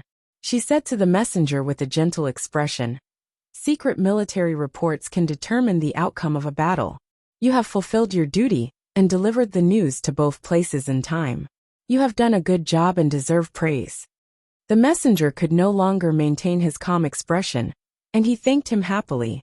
For many soldiers, if they could get a word of praise from their lord, it was far more joyous than being promoted or rewarded. His lord had said that he had become darker and thinner. It was obvious that she had paid attention to him and remembered him. It was as if he was stepping on cotton, and he floated away happily. Jiang Pingji laughed involuntarily. Her originally heavy mood brightened up with this little episode. Her mood brightened, but Huang Song and Su Bei were not so happy. Su Bei had thought that he could use the mother and son of the prostitute to turn the tables on Jiang Pingji. At the very least he could cripple Yang Si. Among the people in Jiang Pingji's tent, only Yang Si was most familiar with Shanghai and Zhe counties. If Yang Si was crippled, the pressure on Su Bei's side would be greatly alleviated. Unexpectedly, the secret weapon that Huang Song had sent did not achieve the desired effect. Yang Si had nothing to do with the prostitute, and he was also not the father of the boy. He was not cuckolded. Under such circumstances, he still tried to accuse Yang Si and forcefully blackmail him. That was too shameless, and it went against the way of a gentleman. Not only did he not achieve his expectations, but he also had a belly full of anger. Naturally, Su Bei had to find an outlet to vent his anger. Needless to say, the mother and son were directly dealt with. As if this was not enough to vent his anger, Su Bei still wanted to demand an explanation from Huang Song. What secret weapon to deal with Yangxi? He had made a fool of himself in front of Yangxi. Su Bei scolded Huang Song. Although the content of the letter was worded elegantly, the hidden bitterness that assaulted one's face made one's teeth ache. TSK, TSK, TSK. She was exactly like a resentful wife who had not seen her husband for a year and a half. Cheng Jing and the rest understood the cause and effect of the matter. They all frowned. Wenbin is working for Su Bei. How could he watch Su Bei do such a foolish thing? Regardless of whether the mother and son were real or not, only by revealing it at the critical moment could it achieve a fatal effect, and not give Yangxi a chance to retaliate. What was the use of impatiently playing this card now? Instead, it gave Yangxi time to react. In fact, Yangxi had cleanly brushed it off with a few words. The most important thing was, Yang Jingrong appears to be a person who does not reveal the mountain and does not reveal the water. In fact, he is meticulous and has the ability to see through the smallest details. The alliance between the two families is a secret. However, with Su Bei's actions, how could Yang Jingrong not guess the truth? I'm afraid that Lu Shi's side has already made sufficient preparations. If the enemy was prepared, how could a sneak attack achieve the desired effect? It was not without reason that Cheng Jing said that Su Bei was too stupid. He had obtained a trump card and could not wait to show it off in front of the enemy. If this was not stupid, then what was? Cheng Jing and Han Yu were from the same sect and knew each other very well. He did not believe that Han Yu could not see the trick behind it. Feng Ju frowned slightly. He had to admit that Cheng Jing's words were reasonable. Although Su Bei has some flaws, with the current situation, it's better to have another ally than to fight alone. Once Su Bei fell, the next one to be beaten would definitely be Huang Song, who asked Huang Song's territory to be next to Jiang Pingji's. Normal people could not stand their neighbors coveting them with a knife, let alone a feudal lord. If Su Bei was slightly stronger, Huang Song could wait for him and Jiang Pingji to fight until both sides were injured, and then reap the benefits. However, they had overestimated Su Bei. Under such circumstances, only the Huang and Su families working together could create the safest situation. Only by getting rid of the most threatening enemy could the two families be at ease and slowly tear each other apart. At the same time, Wei Xi arrived at his destination. The current Yang Tao was no longer a nobody, watching the big shots fight for the world. He had also grown into a colossus in the eyes of others. His influence in Dongqing only covered half of Zhangzhou, but his territory in Nanxing included 1 province and 4 counties. Although it was not the richest and most populous place in Nanxing, it was enough for him to gain a foothold. In order to gain a foothold, Yang Tao even formed an alliance with Shui to advance and retreat together. The situation in Nanxing was far more chaotic than in Dongqing. Not only were there internal strife between the feudal lords and aristocratic families, but there was also the plundering and invasion of the 4 factions of Nanman. Wei Xi found out about the situation and sighed in disappointment. The Nanxing in front of him was both familiar and unfamiliar. As he asked someone to hand over the documents, he packed lightly and brought only a few guards with him. He prepared some meager gifts and went to look for Bai Ning. Bai Ning came from a humble background. His ancestors made firecrackers, so he had some assets. However, due to several generations of poor management, Bai Ning's business was on the verge of bankruptcy. Troubled times came again, and the 4 factions of Nanman led their troops to wreak havoc on the people and land of Nanxing. Bai Ning simply abandoned his family business and picked up weapons. He led the able-bodied men in the village to become volunteers and protect the old and young in the village. Bai Ning's business was not doing well, but he had a reputation as a chivalrous man. Wei Xi did not know if Bai Ning had been recruited by other forces, so he could only try his luck. As soon as he arrived in Pengjun, Wei Xi knew that this trip might be fruitful. Chapter 1162. We've already eaten and drunk. Old man, you should get to work. Bai Ning was shirtless with his trousers rolled up. He grabbed a handful of fodder and stuffed it into the mule's mouth. The mule turned its face away in disgust. The weather was hot, and the air was filled with impatience. Bai Ning was not a patient person. He tried to persuade the mule, but the mule still refused to carry its food. His temper flared up. "You beast! Could it be that you want to be skinned and your bones pulled out to be roasted as donkey meat?" Bai Ning threatened the mule. The mule was still indifferent. He rolled his eyes and snorted coldly. He twisted his body and pointed his butt at Bai Ning. Bai Ning was about to get angry when Wei Ci stepped forward with a smile. "Are you Hero Bai?" Bai Ning heard someone calling him. He temporarily put aside the idea of arguing with the mule and turned to look at the person. It's rare to see such a delicate person in this world. Bai Ning threw away the fodder in his hand, stroked the beard on his face, and cracked a smile. "Judging from your accent, you don't sound like a local, and you don't look like someone who was robbed by bandits to seek justice." Bai Ning was 39 years old. He was considered to be in his prime.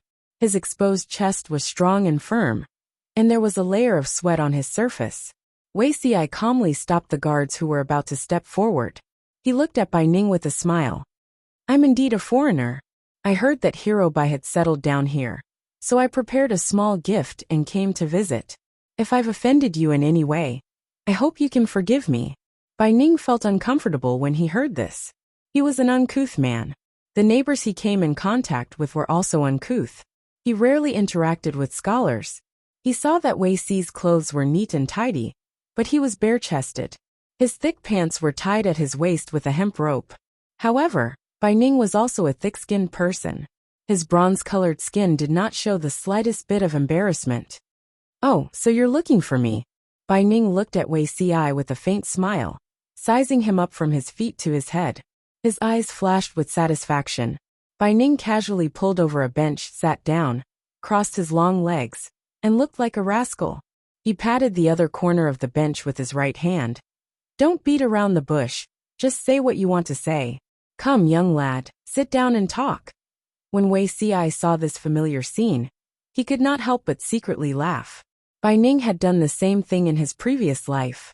At that time, Wei Ci felt that this person was rude and disgraceful. But due to his upbringing, he did not say anything. Not only did he not feel offended by meeting an old friend in this life, he even found it a little interesting. Moreover, Bai Ning was 39 this year. He was much older than Wei Ci, and could barely be considered as part of his father's generation. It would be impolite to refuse. It was Bai Ning's turn to feel uncomfortable. Bai Ning's temperament was like this. If you were unreasonable to him, he would be even more unreasonable. If you were to soften, he wouldn't be able to be unreasonable at all. "Tell me the truth. What are you doing in a remote and desolate place?" Wei Ci smiled and said, "Didn't I say it just now? Ci has specially come to look for Hero Bai." Bai Ning didn't believe this. Outsiders called him Hero Bai because he led the youths in the countryside to repel the bandits and maintain the peace of the region, earning himself a good reputation. Bai Ning knew that this could only be regarded as a small quarrel. How could it provoke a gentleman like Wei Ci in front of him? "Then why are you looking for me?" Bai Ning looked at Wei Ci's appearance, and then thought of his own. Bai Ning, who had always been casual and sloppy, felt goosebumps all over his body. Wei Ci said, "Of course it's to recruit Hero Bai, so that a bright pearl will not be covered in dust."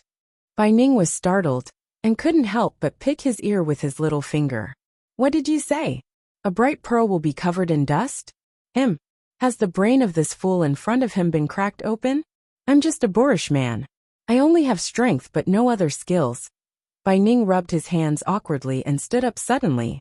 He grabbed the reins hanging on the mule and tightened his muscles all over his body. He looked rather frightened. "You should find someone else for this matter." "Hero Bai, why are you so modest?" Wei Ci said, "If you have no talent, how can you resist thousands of thugs with just a few hundred youths in the countryside?" A few years ago, the southern barbarians wreaked havoc, and Peng County also fell under the tyranny of the barbarians. Only this place is still considered peaceful. Don't tell me that there aren't any heroes here?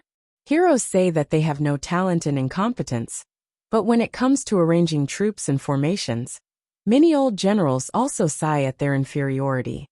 When Wei Xi said this, Bai Ning was like a wild cat that had been provoked, and his hair stood on end. There was a hint of fierceness in his eyes. Wei Xi continued, "Now that the world is in chaos, don't the heroes want to clear the Jade Universe? Being content in a corner will only cause a bright pearl to be covered in dust." Bai Ning dragged the mule and roared anxiously, "It's none of your business." Wei Xi followed closely and didn't force him. The poor mule still wanted to stay where it was, but Bai Ning's strength was too great. He could even lift a big cauldron of 3 or 4 stone at will, let alone this stubborn mule. The mule rubbed a long mark on the ground. In the end, it couldn't bear it anymore, and took the initiative to follow Wei Xi. Wei Xi followed Bai Ning all the way to his house. Bai Ning's ancestors sold firecrackers, and could barely be considered well off. Unfortunately, the past 2 generations were not good at managing the business. Bai Ning was already very poor, and could barely make ends meet. In order to support his family, Bai Ning often went hunting in the mountains, and earned more money than selling firecrackers. After Wei Xi recruited Bai Ning in his previous life, he heard him talk about his youth. When Bai Ning was young, he saved a crippled old general who had become a beggar. His martial arts and military tactics were all taught by the general. Bai Ning was not successful in business, but he was very talented in martial arts, far more outstanding than the old general. However, Bai Ning came from a humble background and was worried about his old parents at home, so he never joined the army. This dragged on until he was middle-aged and the world was in chaos. "This is my house, get out." When Bai Ning saw Wei Xi following him, he grabbed the fence of his house and used his sturdy body to block the way. Wei Xi laughed. Xi observed the stars and calculated with his fingers. "I found out that Hero Bai's teacher is the former Tiger General of Nanxing Guchun. Is that true?" Bai Ning's expression froze and his large eyes widened. "That's not true. I don't know any Guchun or Guxia."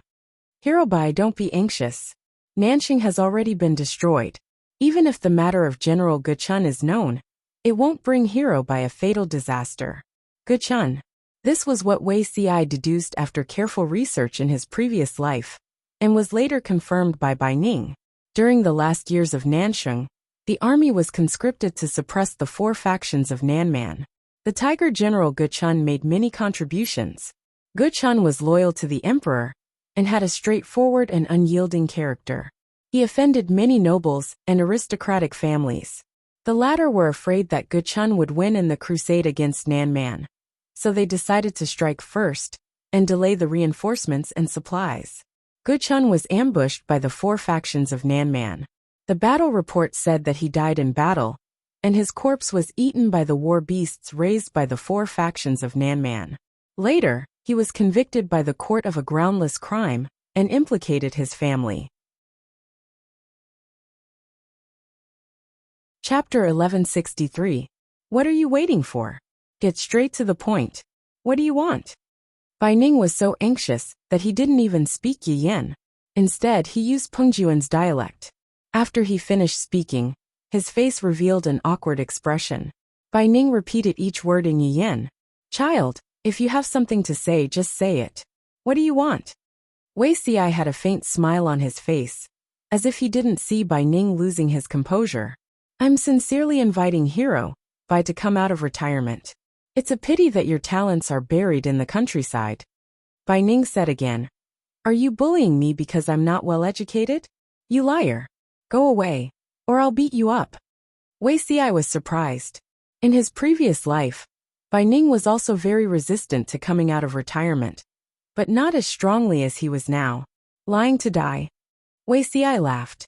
"I'm sincerely inviting you without any deceit." Bai Ning's face was fierce. He had an expression that said, "I don't want to listen, I don't want to listen, I just don't want to listen." Wei Xi had no choice but to use his killer move. "How about this? I'll make a bet with you. If I win Hero Bai, why don't you consider becoming an official?" Bai Ning raised his eyebrows. His raised beard swayed in the air. He said in a rough voice, "What about you if you lose?" Wei Xi said, "I'll be at your disposal." Bai Ning clapped his hands and let go of the fence gate. He rubbed his palms excitedly. That's good. Then don't go back on your word. There's only one thing. I won't marry a wife, take a concubine, or marry into your family. As soon as Wei Xi said this, Bai Ning's excited expression stiffened, revealing an expression as if he had seen a ghost. Wei Xi smiled and said, although I don't have a wife or children, my heart belongs to someone. I'm afraid that Hero Bai's plan will fail. Bai Ning's voice changed. How do you know? Wei Xi said. I just said it. I observed the stars at night and calculated with my fingers. I know the big and small matters of the past 30 years. I'm not lying. In fact, Bai Ning had proposed marriage to Wei Xi in his previous life. Bai Ning had a daughter who was extremely ugly.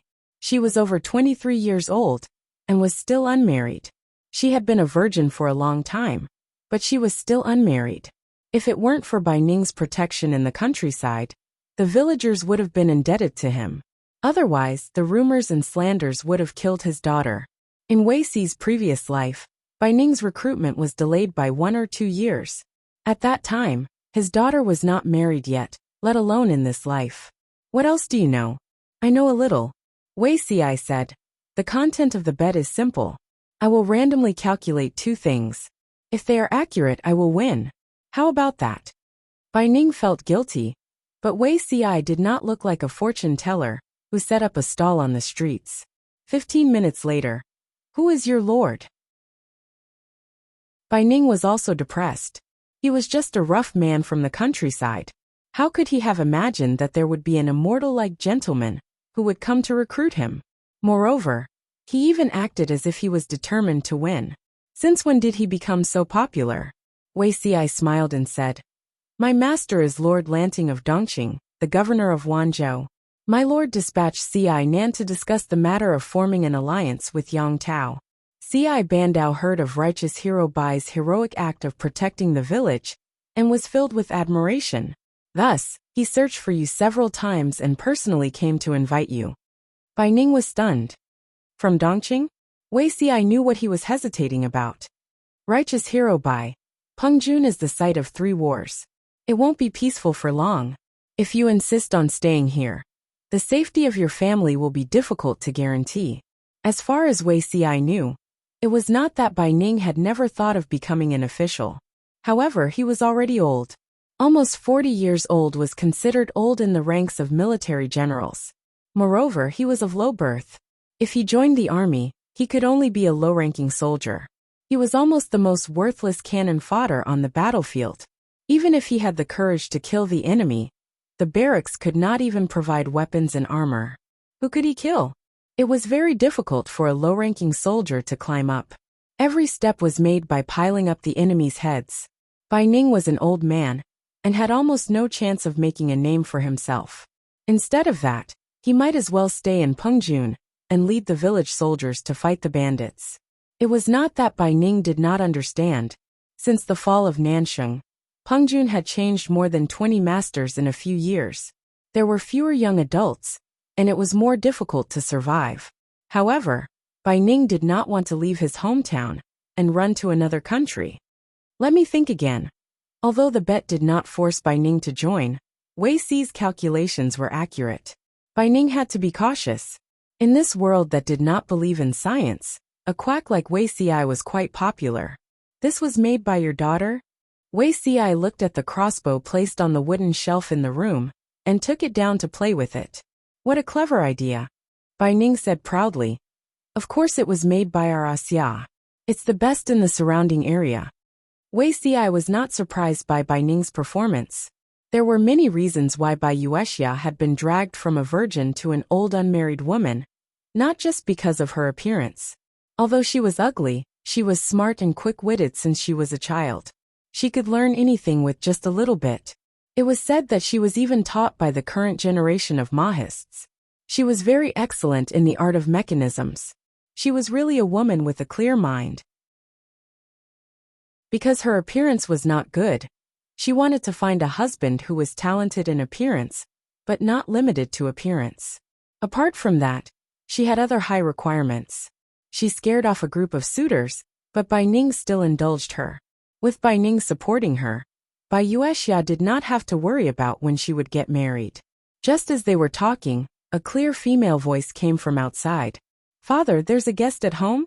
Wei Xi looked over and saw a plainly dressed woman push open the door and enter. She looked mature, but her hair was tied up in a bun like an unmarried woman. Bai Yuexia's appearance took after her father. Her facial features tended to be strong, and the lines of her face were not as soft as ordinary women. At first glance, one would think that she was a man. Her eyebrows were thick, her eyes were dark and bright, and her skin was a little dark yellow and rough. If that was all, she would not be called ugly. However, there was a huge purple-brown birthmark on her face, which occupied most of her face. She looked as ferocious as a malicious spirit. Seeing that there was an immortal-like beauty in the house, Bai Yuexia could not help but take a few more glances. Wei Xi's expression was calm. He was not frightened by her appearance at all, and there was no look of contempt in his eyes. This made Bai Yuexia unable to help but take a few more glances. "This is a distinguished guest from Dongqing. Xia, go and make a pot of tea for the guest." Bai Yuexia bowed slightly and did as she was told. "I wonder what brings this esteemed guest to my humble abode," Bai Ning said. "He's here to persuade me to become an official, but I haven't decided yet. I want to hear Xia's opinion." "A distinguished guest from Dongqing? Become an official?" Bai Yuexia's hand that was making tea paused. She asked hesitantly, "Sir, are you working for Lord Lanting?" Bai Ning said, Yes, that's what he said." Wei Xi laughed. "Bai Nyangzi is very intelligent. You guessed correctly. There are only a few families in Dongqing.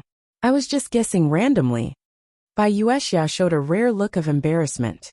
She lowered her head shyly and said softly, "I have also guessed others, but among the many families in Dongqing, only Lord Lanting does not care about family background and only uses talent." Bai Ning's family background was very low, but Wei Xi personally came to invite him. It seemed that only Jiang Pingji could do so. Bai Ning looked at his daughter, as if he had seen a ghost. This shy little girl in front of him was really his daughter? Wei Xi was speechless. Wait. Chapter 1164.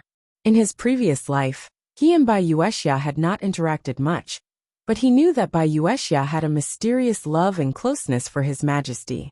The way Bai Yuexia looked at His Majesty always made him unhappy.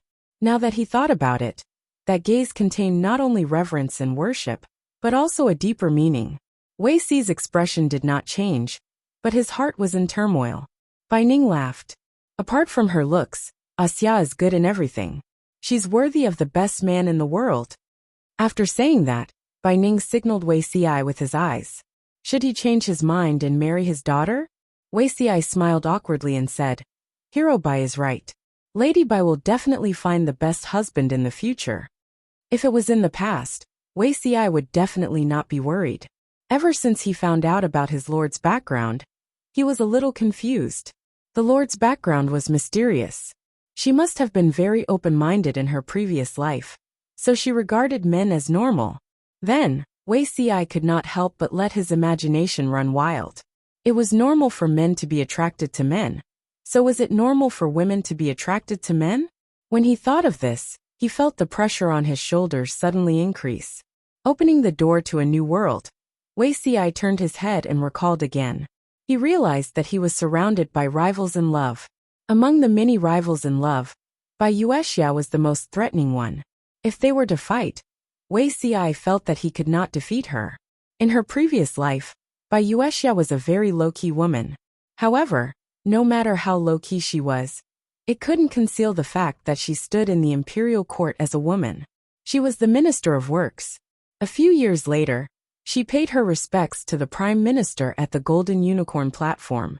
Before she retired, she even sent her portrait to the Heavenly Craftsman ranking of the Golden Scale Pavilion.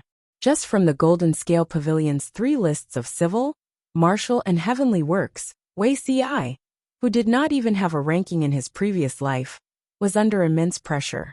After that, His Majesty proposed the policy of 1 family, 2 households, and Bai Yuexia was the first one in the court to stand up and support it. In comparison, Wei Xi was apprehensive of the power in the imperial court and reacted a bit slower. unlike Bai Yuexia who staked everything on one throw. What was one door, two households? To put it bluntly, a family was allowed to have two heads of household. Children born to a woman could inherit both the family property of their mother and the family property of their father. The children's surname and household registration could be decided through consultation. Many officials thought that this policy was specially established to ensure that the Empress would continue to exist for a long time. At the beginning of the proposal, almost no one objected. If they were to oppose the one family, two households policy, wouldn't they be supporting the Empress in a disguised form? Just like ordinary women and children who married their husbands, wouldn't they? This was not nonsense. Whoever objected would have their brains filled with seawater. However, this was only the opinion of a mediocre person. Wei Xi was very clear that the one family with two households was actually to support the female household system. After the establishment of the Jiang dynasty, the world was at peace, and there were fewer and fewer women who set up their own households. In some places, there was even a culture of despising women. It wasn't that the women didn't want to establish a female household, it was just that there were too few good men who were willing to marry into the family, and the pressure of establishing a female household was too great. Many women could only choose to compromise. Even if they got married and earned more money, their income could only be regarded as supporting the family and not supporting the family. In order to solve this problem, His Majesty proposed to have two heads of household and set up a series of new marriage laws. From the start of the new law, Jiang Chao had a clear concept of joint property after marriage. Of course, concubines and children born of concubines were not considered joint property. Their daily expenses and future marriage residences were only managed by the man. This made the majority of legal wives applaud and feel even more grateful to His Majesty.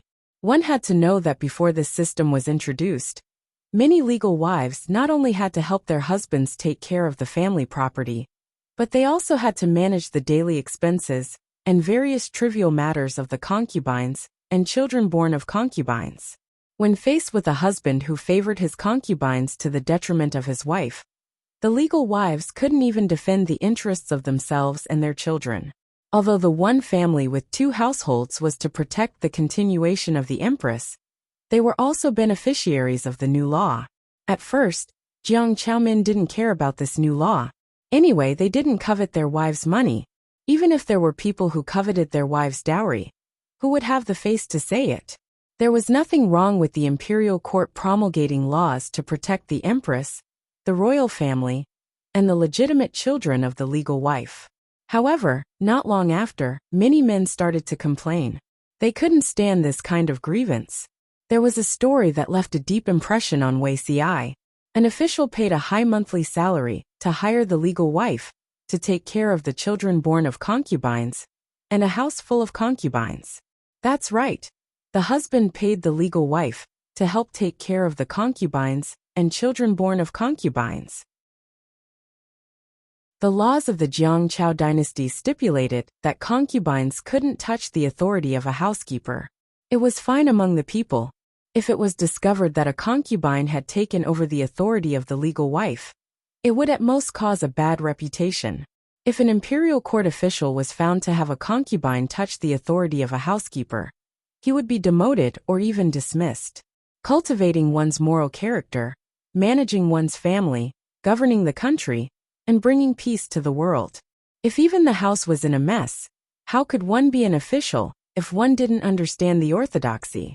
If the legal wife didn't care about the concubines and children born of concubines, then the husband could only take care of them himself. During the day, he would go out to earn money and work. At night, he would come back to settle accounts and take care of the concubines' rouge, cosmetics, and cloth materials. The men couldn't take it anymore. Many court officials took advantage of this to make things difficult for them. Since ancient times, men took care of external affairs while women took care of internal affairs. Concubines and children born of concubines were also the responsibility of the legal wife. In the end, they were ruthlessly beaten down by the Empress and the aristocratic families, and soon, there was no more movement. The Jiang Chao dynasty was newly established. Those who took in a bunch of concubines were mostly the new nobility, or poor families who had gained power. Once they gained power, they became arrogant. There were many poor families who drove out their first wives or neglected their wives, and took in beautiful concubines. The aristocratic families had a long history. They had always claimed to be supporters of orthodoxy, and there were also strict rules for taking in concubines. For them, the loss of the new policy was not big. On the contrary, the poor families and the new nobility were angry. The aristocratic families took this opportunity to stand on the Empress's side to suppress the poor families. As the leader of the female officials, Bai Yuexia was the direction and role model for all the women to work hard. She carried out the new policy and played a good role in leading the way. She had a son and a daughter. The son followed his husband, and the daughter followed her. Bai Yuexia's son was not capable, but her daughter was different. She became the crown princess Jiang Yan's most trusted confidant. From a rational point of view, Wei Xi admired Bai Yuexia very much. When the world despised women, she reached such a high position that it was difficult for others to catch up to her. From an emotional point of view, Wei Xi really couldn't force himself to like Bai Yuexia. It was good enough that he didn't treat her as a love rival. But if he could go back in time, he would still come to recruit Bai Ning. After all, the Lord's interests were the most important. Love was just a small matter. From what you said, Lady Bai admires my lord very much. Wei Xi smiled warmly, like a quietly blooming spring flower, bright and warm. Bai Yuexia spoke quickly. The world treats women so unfairly, but the Duke of Lanting still walked to a point where no one can catch up to him. Isn't he a role model for all the women in the world? I've admired him for a long time. In a moment of excitement, I made a fool of myself in front of the teacher. I'm indebted to the Duke of Lanting for not abandoning me. If father can become an official and work for him, pacifying the world, and clearing the Jade world, it will be a blessing for us father and daughter. Wei Xi was speechless. I only want to recruit your father. I didn't include you. Chapter 1165. It would be a lie to say that he wasn't upset. Wei Xi recalled many things from the past, such as the details of how he recruited Bai Ning in his previous life. In his previous life, he had tried to recruit Bai Ning on behalf of his lord, Shui. At that time, he was poor and had only a few generals under him. Shui did not have the right to look down on talent, so he recruited whoever he could. Although Bai Ning was old, he was still vigorous and could be considered a fierce general. An old steed in the stable had great ambitions. An old general, who was almost 40 years old, could not be underestimated. It wasn't difficult to recruit Bai Ning, but he had run into a snag with Bai Yuexia. She had even ridiculed his master Shui, in a neither soft nor hard way. However, Shui was slightly cold and powerless at the time.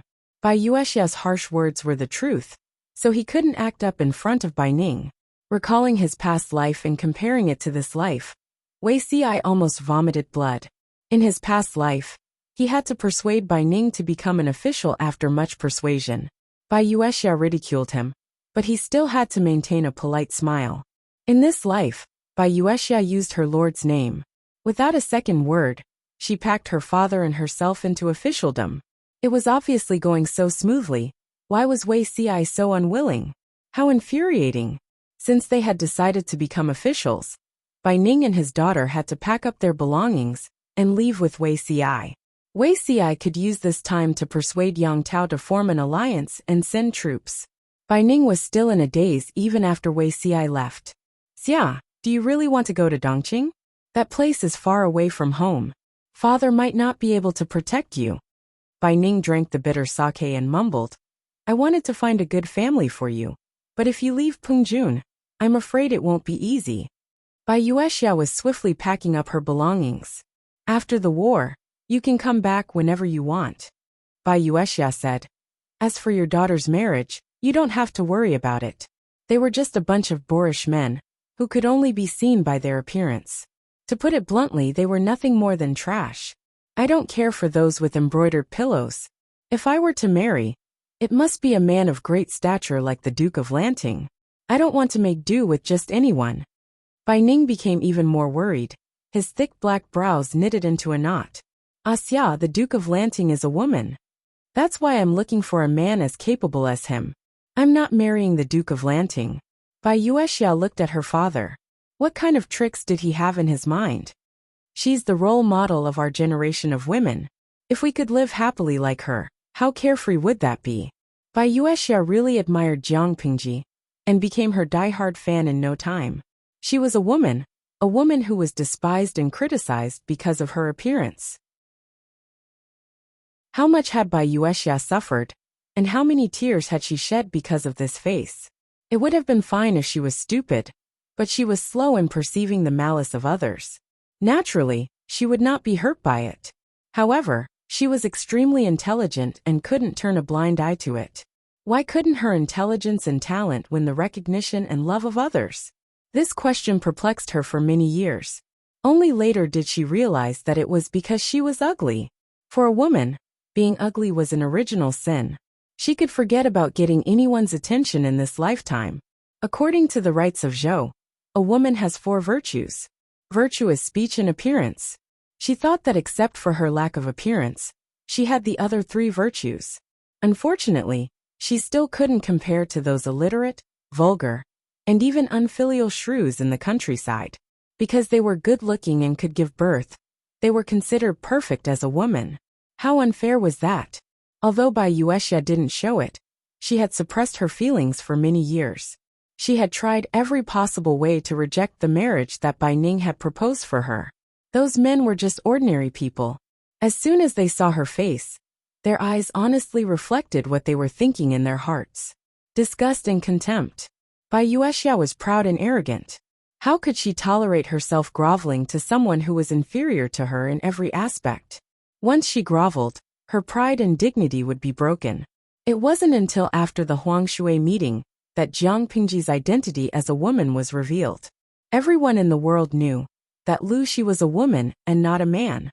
The moment she heard the news, Bai Yuexia was like a lone traveler in the dark who finally saw a bright light.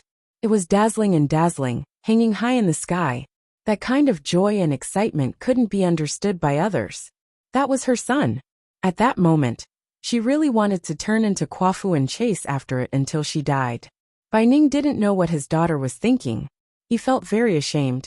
His old parents and wife had already turned to dust. Other than his daughter, he was all alone in the world. It was his fault that he wasn't able to let his daughter live a good life. Bai Ning watched his daughter pack up the pieces of wood on the shelves and asked, "Are we taking these away too?" "Of course. They might be useful in the future." Bai Yuexia nimbly packed them into the boxes. The wooden materials on the shelves in the house were all gadgets that she had made. There were 6 big boxes in total. "I heard that Zixia wants to persuade Yang Tao to mobilize his troops. What do you think is the possibility of this happening?" Bai Ning couldn't help, so he tried to find a topic to chat about. 50-50, I think. Bai Yuexia said uncertainly. Yang Tao and Su Bei have a feud of half a province. Zhangzhou was seized. How could Yang Tao tolerate this? However, I see that Wei Zixiao is very confident. I'm afraid he has other bargaining chips that will allow him to easily persuade the other party. Bai Ning had also heard about the situation in Dongqing, but he didn't know as much as his daughter, who was chasing after her idol. He said, "When I have a firm foothold in Lord Lanting's camp, I will definitely find you a husband who is both talented and charming." Bai Yuexia's expression didn't change. She knew that her father was worried that if something happened to him, she would be lonely and have no one to rely on. Therefore, he wanted to create a small family for her, so that she would have a foothold. However, she was already indifferent to marriage. As for a husband, she would leave it to fate. Bai Ning and his daughter waited for 2 days. That afternoon, a group of soldiers with extraordinary auras stood outside the house. After asking around, they found out that Wei Xi had already convinced Yang Tao to form an alliance. Wei Xi had asked Yang Tao to send someone to fetch the father and daughter. "How did you convince Yang Tao?" Bai Yuexia was astonished. "Yang Tao's father's murderer Zhao Xiao is under Su Bei's camp." Wei Xi smiled and said, "Yang Tao lost half of Zhangzhou to Su Bei. He can't tolerate this. Moreover, If he waits for my lord to pacify the Huang and Su families, he won't be able to keep his half of Zhangzhou. No matter how well Yang Tao developed in Nansheng, his roots were in Dongqing. If he didn't seize this opportunity to return to Dongqing and gain a firm foothold, Dongqing would be her world after Jiang Pingji destroyed the Huang and Su families. Bai Yuexie's eyes lit up, but she said, I heard that the Huang and Su families are powerful. Since the war at the northern borderline, the Duke of Lanting has been exhausted from fighting for a long time. Now that he's mobilized his troops against the two families, I wonder what his chances of winning are? It's not that my lord is belligerent. It's obvious that others aren't willing to lay down their butcher's knives. She has no choice but to fight, he said. The chances of winning are not high. 100% is enough. If not for the Nye family of Zhongzhao's temporary withdrawal from the scene, and the Yi family of Beiyuan's domestic politics, Jiang Pingji would have to face the predicament of fighting on all sides. Now that it was 1 against 2, the difficulty was very low. Now that she had joined forces with Yang Tao, they still couldn't win 2 against 2. It was better to rest early. Bai Yuexia pursed her lips, her smile rippling. I heard that the Duke of Lanting wrote to Su Bei and said, I won 100% of the 9 provinces and 4 seas. Why was her lord so arrogant and likable? Wei Xi was speechless. Chapter 1166. Even though Wei Xi spent 2 days to convince Yang Tao to form an alliance, the entire process was not smooth sailing. Instead, it was full of twists and turns. Yang Tao was in the pro-war faction, but his subordinates were not interested in it. If it weren't for Yin Lin's support, Yang Tao wouldn't have been able to suppress all the opposing voices and form an alliance. Yang Tao's old subordinates were brought over from Dongqing, but after they took root in Nansheng, the talents they recruited were all locals of Nansheng. He was able to gain a foothold in Nansheng not only because of his old subordinates, but also because of the Nansheng family. As mentioned before, the aristocratic families occupied more than 60% of the world's wealth. The longer the inheritance, the richer the family's wealth. If they lacked manpower, they would send manpower. If they lacked money, they would send money. If they lacked soldiers, they would buy soldiers. There was nothing in this world that money couldn't buy. If there was something, it was definitely not enough. Yang Tao accepted the olive branch extended by the aristocratic families and received their generosity. Only then did he have the confidence to send troops to start his own empire. Since he had received benefits from them, he naturally had to give them something in return. After all, not everyone was like Jiang Pingji. She could forcefully reject the aristocratic families, but others did not have the confidence to do so. Even for Jiang Pingji, there was a certain element of luck in her success. During the earthquake in Shangjing, there were countless casualties and refugees everywhere. The royal family of Dongqing disregarded the lives of the people and forcefully moved the capital. The Tsingyi army and the Red Lotus group took advantage of the situation to rise. Jiang Pingji seized the opportunity to stand up and become the backbone of the people of Wanzhou. They recruited soldiers and bought horses, absorbed young and strong refugees to strengthen themselves, and accumulated primitive capital by harming the northern borderline. At the same time, they mobilized troops to suppress the Tsingyi army and the Red Lotus group, and plundered their assets. Her success is almost impossible to replicate. The right time, the right place, and the right people were indispensable. When Wei Xi came forward to persuade them to form an alliance, the officials under Yang Tao who were from aristocratic families were unwilling. They wanted to set their sights on Nansheng. He would unify Nansheng and make himself the emperor. What benefits could Yang Tao reap by crossing over to fight Su Bei and Huangsong? This battle was won, and the person who benefited the most was Jiang Pingji. Huangsong's and Su Bei's territories had all been taken over by her. If Yang Tao went to war, he would only be able to take back half of Zhangzhou at most. Dongqing had 6 prefectures and 21 counties. Among them, 5 prefectures and 19 counties were under Jiang Pingji's control. With the addition of the northern borderline, the territory under her rule was larger than the original Dongqing. It was more than enough for her to establish a country and ascend the throne. What's the point of Yang Tao only taking Zhangzhou? Don't be fooled by the fact that the children of aristocratic families looked like they were above the common people. But when it came to accounting, they were very shrewd. Wei Ci was put in a difficult position, but this was nothing to him.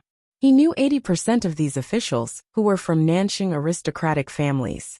Back when Shui returned to Nanxing to develop, he was penniless. In order to obtain the help of these aristocratic families, Wei Ci had put in a lot of effort. Even after so many years had passed, Wei Ci still remembered the situation of each family and their connections. He had not been afraid in his previous life, so how could he be afraid in this life?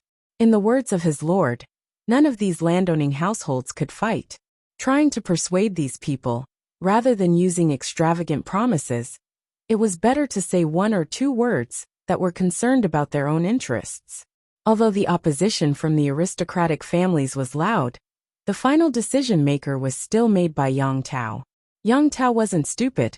Even though he had borrowed the power of the aristocratic families, he wouldn't be turned into a puppet by the other party. Even if Yang Tao couldn't make it, he still had Yin Lin to protect his father. Military advisor, can't you persuade the Lord to give up on the idea of forming an alliance? Yin Lin said.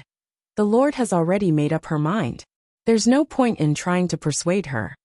Putting aside the hatred of killing his father and seizing the state, Yin Lin didn't approve of Yang Tao and Jiang Pingji forming an alliance. The reason could be summed up in 4 words: asking a tiger for its skin. During the alliance meeting at Huangshui, Yin Lin felt that Jiang Pingji was full of ambition. This person's appetite would never be satisfied with Dongqing or the northern borderline. If the Lord allied with her to kill Su Bei and Huang Song, Yin Lin deeply suspected that she would turn around and stab Yang Tao. This woman had done many things to kill her acquaintances.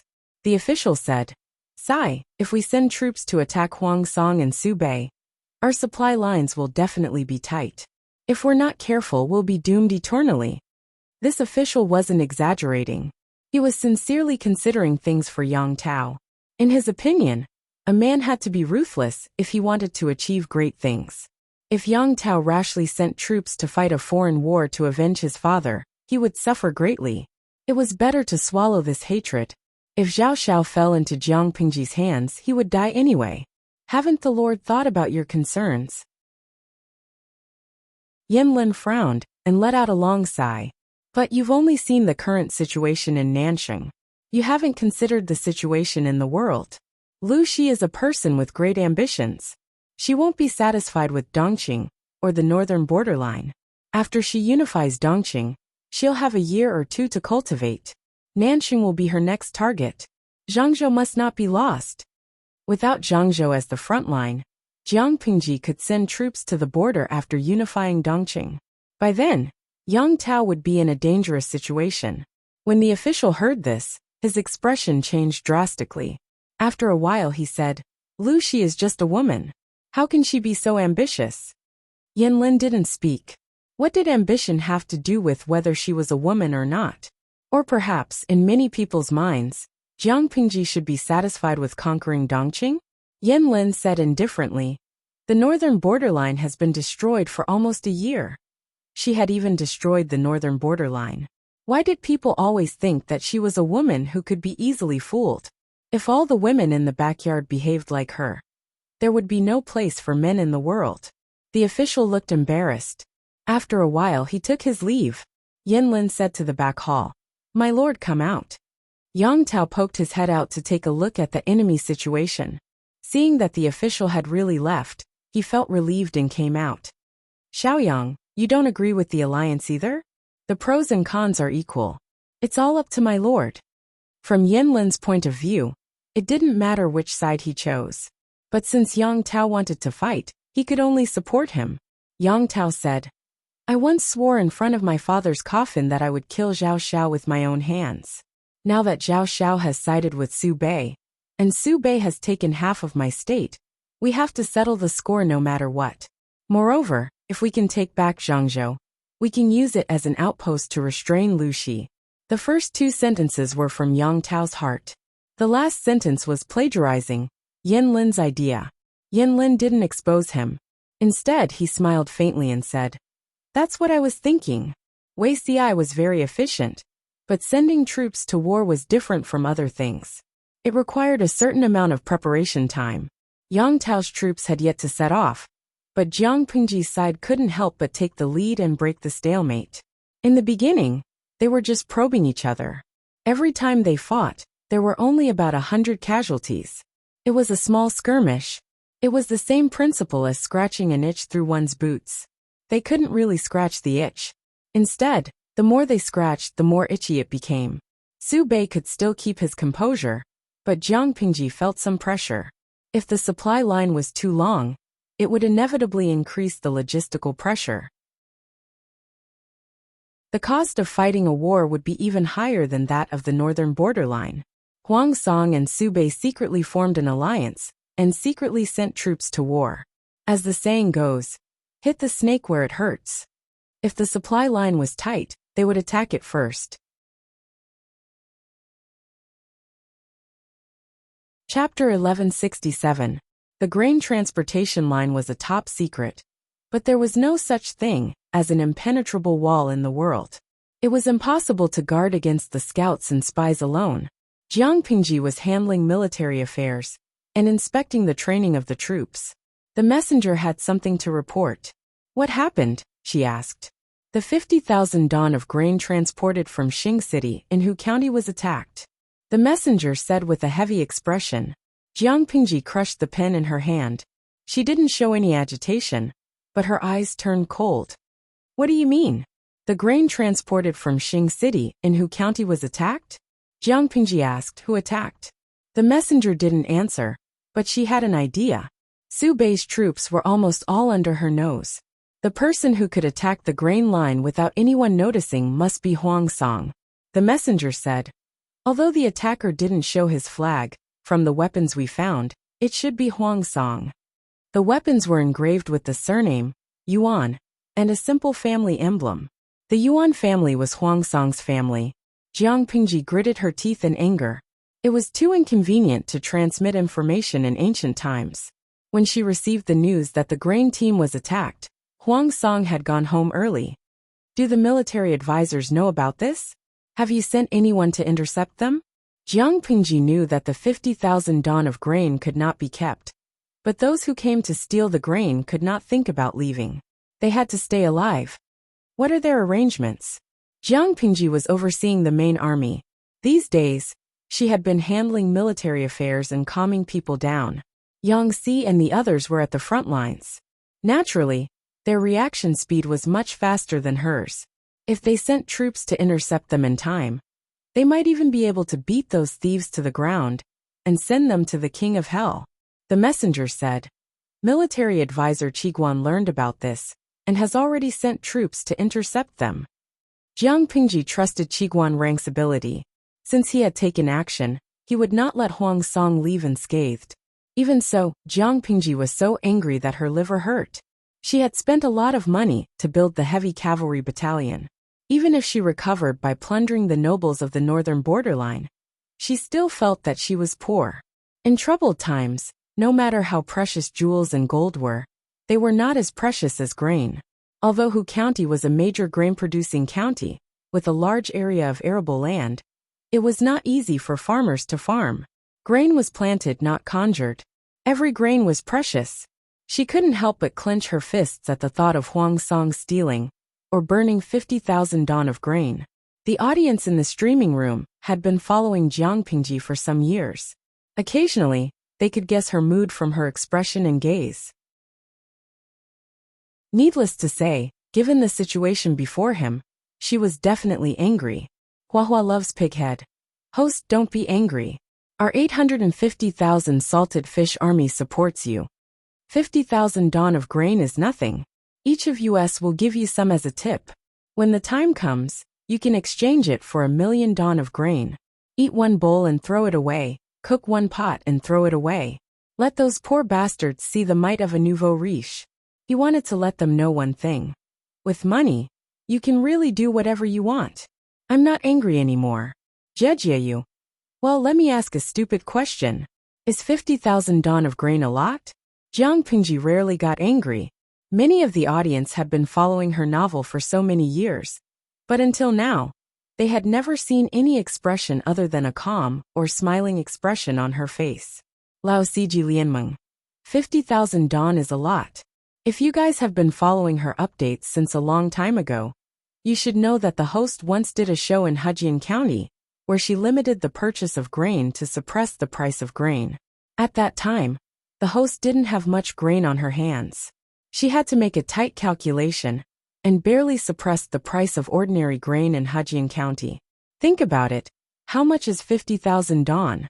If it falls into Huang Song's hands, he won't leave it for the host even if he burns it. Guokai Guo Fengxiu. According to my observations over the years, 1 dawn in this world is about 50 kilograms. Let me calculate for you guys. If an adult eats 1 catty a day, then 10,000 people will eat 10,000 catties, which is equivalent to 5,000 kilograms, which is 100 dawn. With the intuitive numbers, the audience could not help but gasp. Tuta Feichio. That's not right. The cooks who transport the grain also need to eat. Their grain is also paid from the total amount of grain transported. Xinjia. But I remember that Xing City in Hu County is only 7 or 8 days' journey on foot from the front line. No matter how much the cooks can eat, how much can they eat? When the 50,000 dawn of grain is transported to the front line, there will definitely be a large portion left. Now that Huang Song has intercepted it, it would be strange if the host doesn't feel distressed. The audience was already used to the plot of television dramas. They thought that millions of dawn of grain could be easily taken out to fight a war. Little did they know that 50,000 dawn of grain could already support a small-scale war. It was true that Jiang Pengji did not lack grain, but it did not mean that she would not feel distressed if the enemy intercepted or burned her grain. The audience was silent for a moment. Zhongfei yesterday's stars. I remember that when the Dongqing earthquake occurred in Shangjing, the streamer seemed to have exchanged a lot of grain from the streaming system. 50,000 dawn of grain is indeed a lot, but there are more people in our streaming room. A conservative estimate is that if each person donates 1 catty of grain, it should be enough. Because Jiang Pingji was too unconventional, she had only once asked for a reward during the time when she had been streaming for many years. If not for someone reminding her, the audience would have almost forgotten that she had a golden finger of the system. What was there to be afraid of when there was a lack of grain? The 850,000 salted fish lacked everything except 3 to 5 catties of grain. As long as Jiang Pingji asked, they would definitely donate. They had been freeloading in the streaming room for many years. Now that they finally had a reason to spend money, they must let the people in the other world see their extravagance. Lu Yukong. Yes. Streamer, let us drown Huang Song with grain. The audience's interest was aroused. Before the tycoon could give a reward, Jiang Pingji actually stopped him. Host V. No need. Keep it to buy candy for yourself. Even if you give me a reward, I won't exchange it for grain. It's meaningless. Jiang Pingji had her own considerations. The earthquake in Shangjing was a last resort. Now that they were far from being at the end of the line, she would not use the system's exchange platform. It was not because she wanted to save face, but because she had to pay a price if she used it. Taking 10,000 steps back, if there was really a shortage of grain, she would not need the audience to give her a reward. After so many years of streaming, her popularity points had long accumulated to a terrifying number. If she really exchanged it for grain, not to mention drowning Huang Song, she could drown all the people in the 5 countries in the world in the sea of rice. Hearing her say so, the audience could only suppress the impulse to stick their heads out. Qianshang Nanbai Yueguang. Okay, Brainiac, I'll go buy candy now. Jiang Pingji. After the audience's interruption, Jiang Pingji's anger was also replaced by reason. Qingqing Liya. Streamer, without the 50,000 dawn of grain, will the army be short of grain? There was no one in the tent. Jiang Pingji said in a low voice. No, we can't put all our eggs in one basket. Similarly, there will not be only one grain line. Hu County and Xingqing are one. There are a few others. Without the 50,000 dawn, they will at most suffer a little, but they will not starve. Not to mention, Guan Rang would not let Huang Song take advantage of them and escape unscathed. Chapter 1168. Su Bei's territory was in the south, while Huang Song's territory was adjacent to Jiang Pingji's, located at the border between the north and the south. Although Huang Song and Su Bei had formed an alliance, the two families were not familiar with each other and did not trust each other well. Currently, they were still in the same bed but sharing different dreams. On the surface, the two families had formed an alliance to resist Jiang Pingji, but the real main force was Su Bei's army. Huang Song assisted from the side. It was not that Huang Song did not want to send troops to confront Jiang Pingji head-on. The key was that the main battlefield was near Hu, Zhe and Hu counties. If Huang Song sent a large number of troops to participate in the battle, he would definitely have to obtain the approval of the host, Su Bei. This action was akin to Su Bei removing his snail's shell and revealing his defenseless, tender flesh to Huang Song. Huang Song dared to think of it, but Su Bei dared not do it. This was one of the reasons, but there was another main reason. Huang Song had yet to recover from the previous battle. If he went all out now, who could guarantee that Su Bei would not betray him midway? Although the two families were allies, they were still on guard against each other. Neither was willing to trust the other completely. Of course, these reasons that would damage the relationship between allies could not be put out in the open. It was enough for both sides to be aware of it. Huang Song did not send his main force, but he deployed 30,000 elite troops to assist Su Bei. This was the actual number of troops participating in the battle. If the tens of thousands of laborers in the grain transportation team and the water injection army were included, it would not be this number. After rounding up the numbers and boasting, Huang Song raised the flag of 100,000 troops. His 100,000 troops, plus Su Bei's 300,000 troops, amounted to a total of 400,000 troops. The only question was whether Lu Shi was afraid. Jiang Pingji was speechless. Wang Zuazikai Sun Lingjun.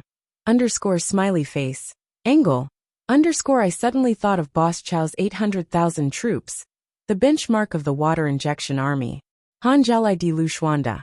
Ha ha ha, the person above, you are not giving old Chow face. Be careful that the little fairy old Chow will argue with you. Naturally, Jiang Pingji was not afraid. 400,000 troops was indeed a frightening number, but she was not easily intimidated. Perhaps because Jiang Pingji's reaction was too calm, Huang Song felt that he could not bring himself to lose face, so he decided to go big. According to the scouts' information, a batch of 50,000 don of grain would be sent from Xingqing in Hu County to the Sichuan Plains. If they could intercept this batch of food, it would undoubtedly be the greatest boost to their morale, and at the same time, it would also deal a blow to the enemy's morale. The old General Yuan Xan volunteered to go out to battle, rubbing his palms in anticipation of making a contribution. Nie Sun frowned and objected. It's a good thing that the old general is willing to risk his life for the Lord, but we don't have a good understanding of the terrain in Hu County. My lord, why don't we let a general who is familiar with Hu Commandery lead the troops to intercept the grain? If I remember correctly, my lord's camp. Without waiting for Nie Sun to finish speaking, Yuan Sun said, the lord's great cause is the most important. Military advisor Nie should know the severity of the situation. Don't involve your personal grudges in this. Everyone in the tent knew that the relationship between Yuan Xin and Nie Sun was so bad that they were like fire and water.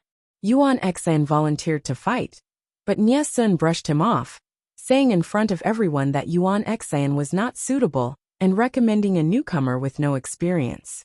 From Yuan Xan's point of view, Nie Sun was trying to challenge him openly. On one hand, he was recommending new generals to build connections in the army, and on the other hand, he was smearing his name in front of his lord. This person's intentions were truly sinister. Although Yuan Xan was a military man who practiced martial arts, his words were harsh and sharp. The moment he opened his mouth, he threw the label of forming a clique for personal gain at Nie Sun. To be honest, this ability to smear one's eyes was not considered too bad in the harem. At least he could survive for more than 10 episodes. Nie Sun's expression darkened. His peripheral vision swept across the people in the tent, and he had to hold back his rebuttal. The war was imminent, and it was not a good thing for civil and military officials to fight. The old general's words are harsh. I'm just taking precautions. The old general is not familiar with the environment in Ja County. If we fail to intercept the grain, and are surrounded, and fall into the enemy's trap due to carelessness, how will we escape? Nya Sun suppressed his anger and explained patiently, but he did not know that he was setting up a terrible flag for himself. If I have any selfish intentions, how can the Lord not see through it with your sharp eyes? Yuan Xian laughed coldly. He did not believe a single word that Nya Sun said. Nya Sun gave in for the sake of the big picture, so Yuan Xian only thought that he was guilty. Not only did he not forgive him, but he was also aggressive. He knew who Nya Sun wanted to recommend. A general from Hu County who was not famous, and did not have much experience in battle. Nya Sun wanted to entrust such an important task as intercepting the grain to a newbie. How could he not see through what he was secretly planning? Wasn't it because he saw that the Yuan family's general had too much power in the military? So he wanted to instigate the Lord to support a newbie to balance the military power. If Nya Sun succeeded, those powerful generals would owe him a favor, and his status in the Lord's tent would rise as well. Humph, what a good plan. Yuan Xian had already labeled Nya Sun as a traitor and conspirator. No matter what Nya Sun said or did, he would be accused of conspiring. Yuan Xian stepped out with a cold smile and said, I am willing to make a military pledge. If I cannot intercept this batch of grain, I am willing to be punished by military law. Since the military pledge had been made, Huang Song could not help Nya Sun even if he wanted to.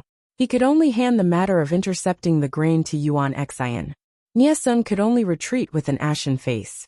To run into a madman like Yuan Xian, he must have had 800 lifetimes of bad luck.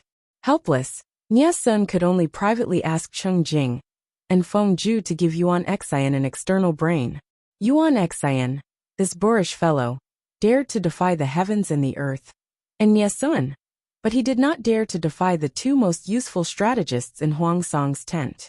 Under their suggestions, Huang Song chose a strategist to follow Yuan Xian and give him advice at critical moments.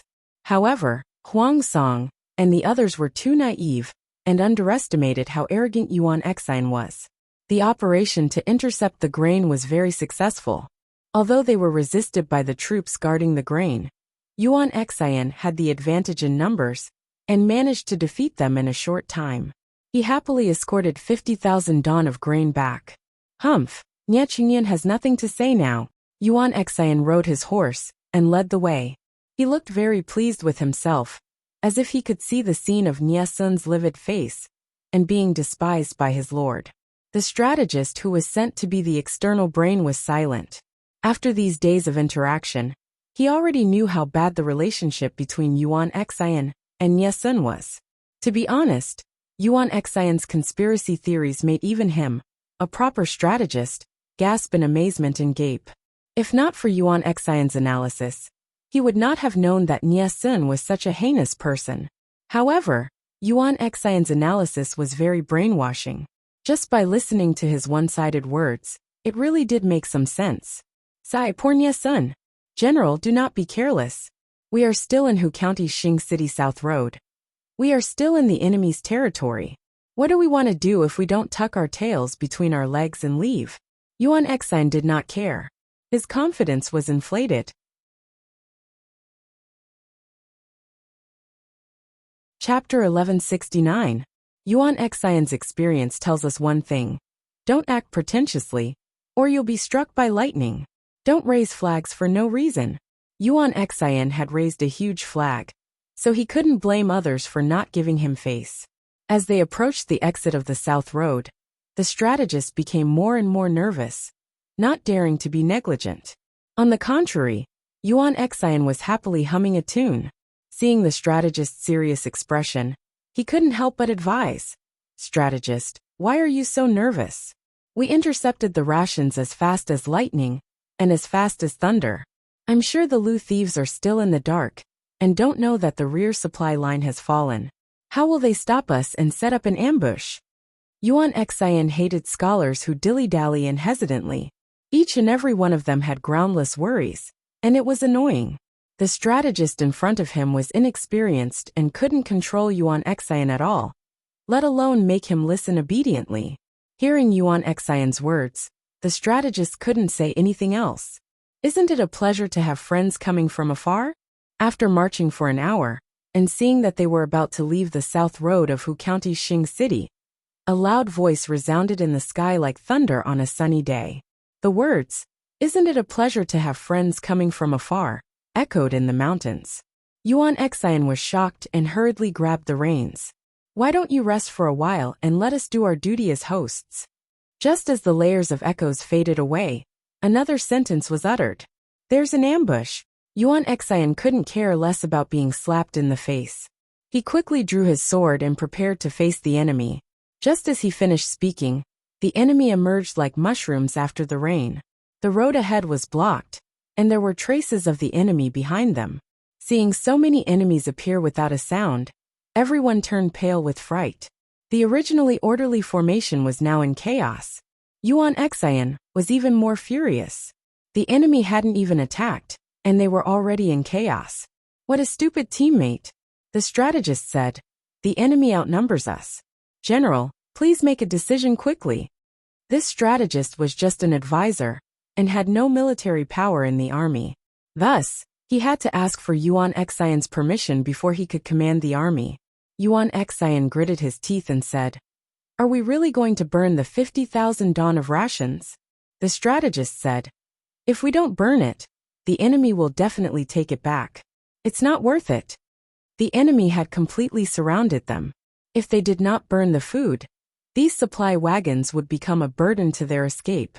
If they encountered someone with combat experience, it would be difficult for them to break out of the encirclement.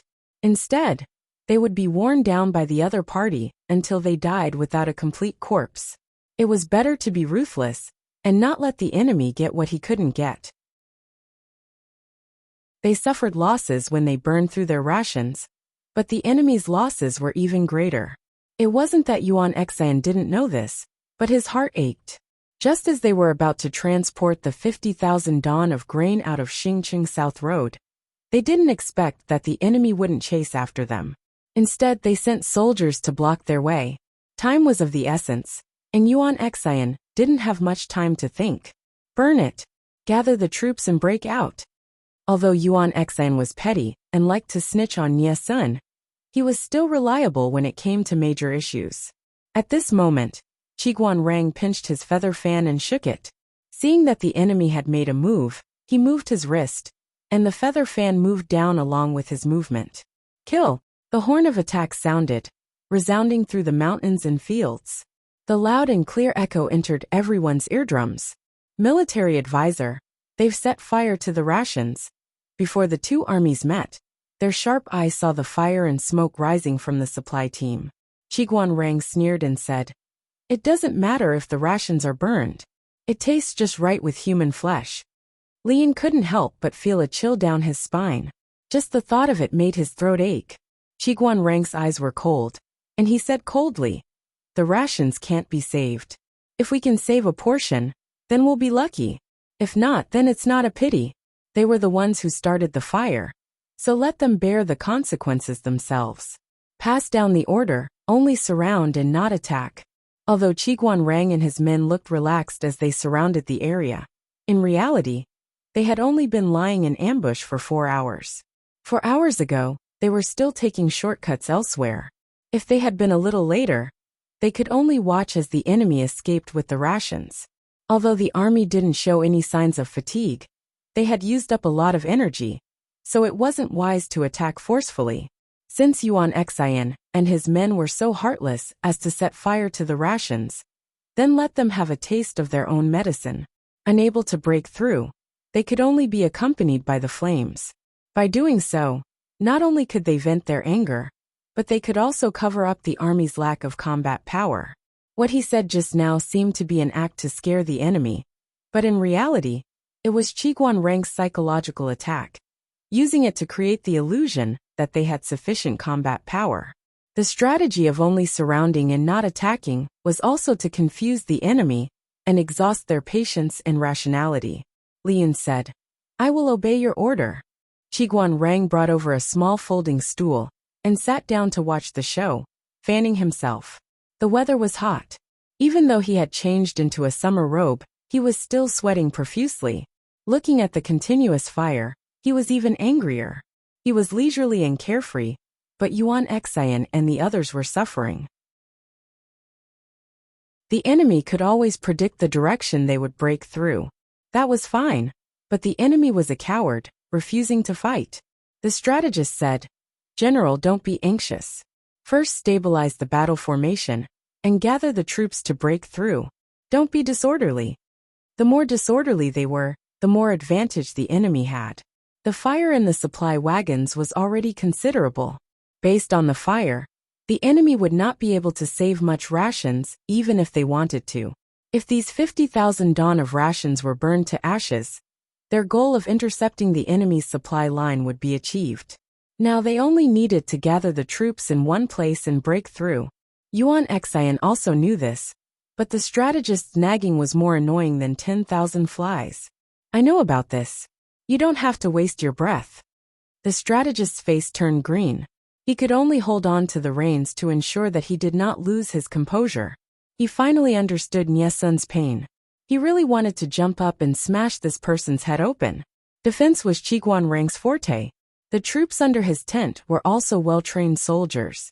He dared not say that all of them could follow orders strictly, but they would not make mistakes in basic commands.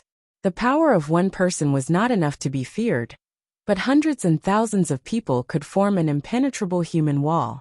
They could not break through in front, but there was no way back.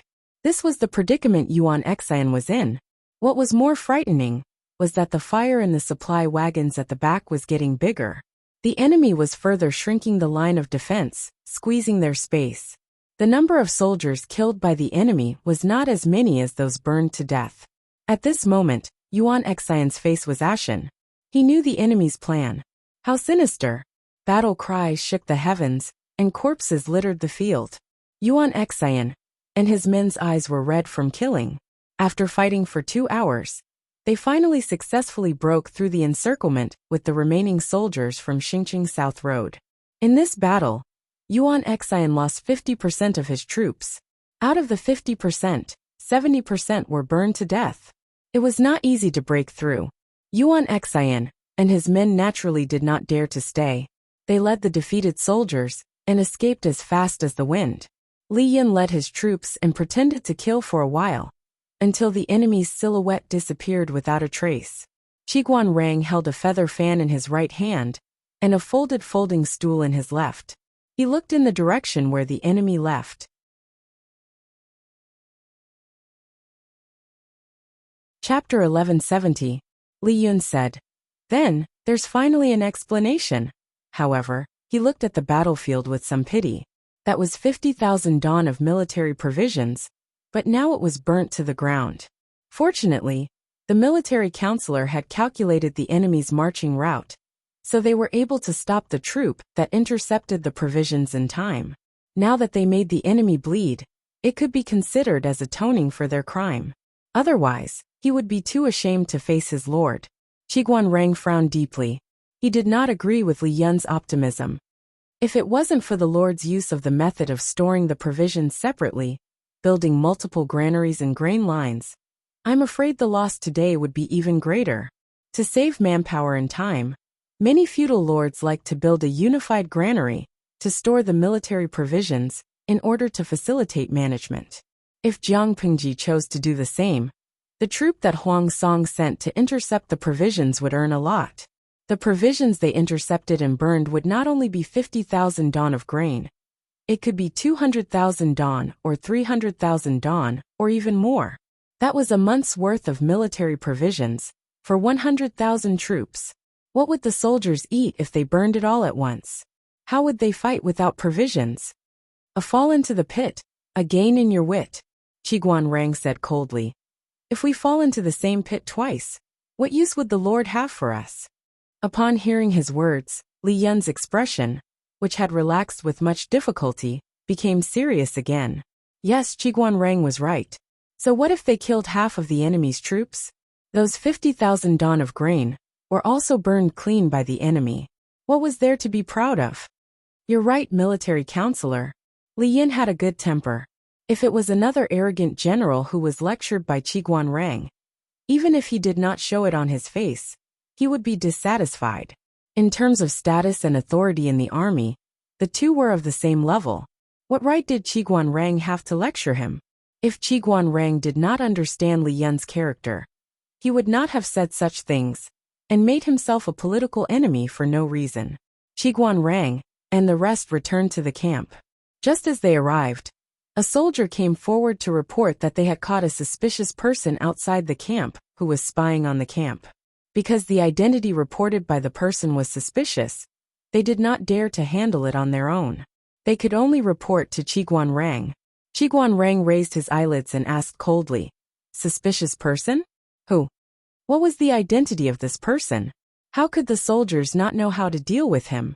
The soldier said, "The person who came claimed to be the Lord's younger brother, and he had many private seals on him that could prove his identity. I didn't dare to deal with him without permission." The Lord's concubine brother? Qiguanrang's mind raced. He was stunned for a while before he remembered who this person was. Wasn't that Lu Zhao?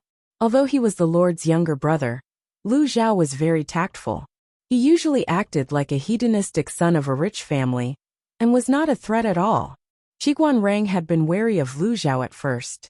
He had even wondered if he should do something so that Lu Zhao would die prematurely in his prime, so that he would not cause trouble for his lord. However, the Lord did not allow it, and Lu Zhao had been very obedient all these years. Qiguanrang could only suppress his restless heart. "Bring him here," Qiguanrang said. "Whether it's San Lang or not, we'll know at a glance."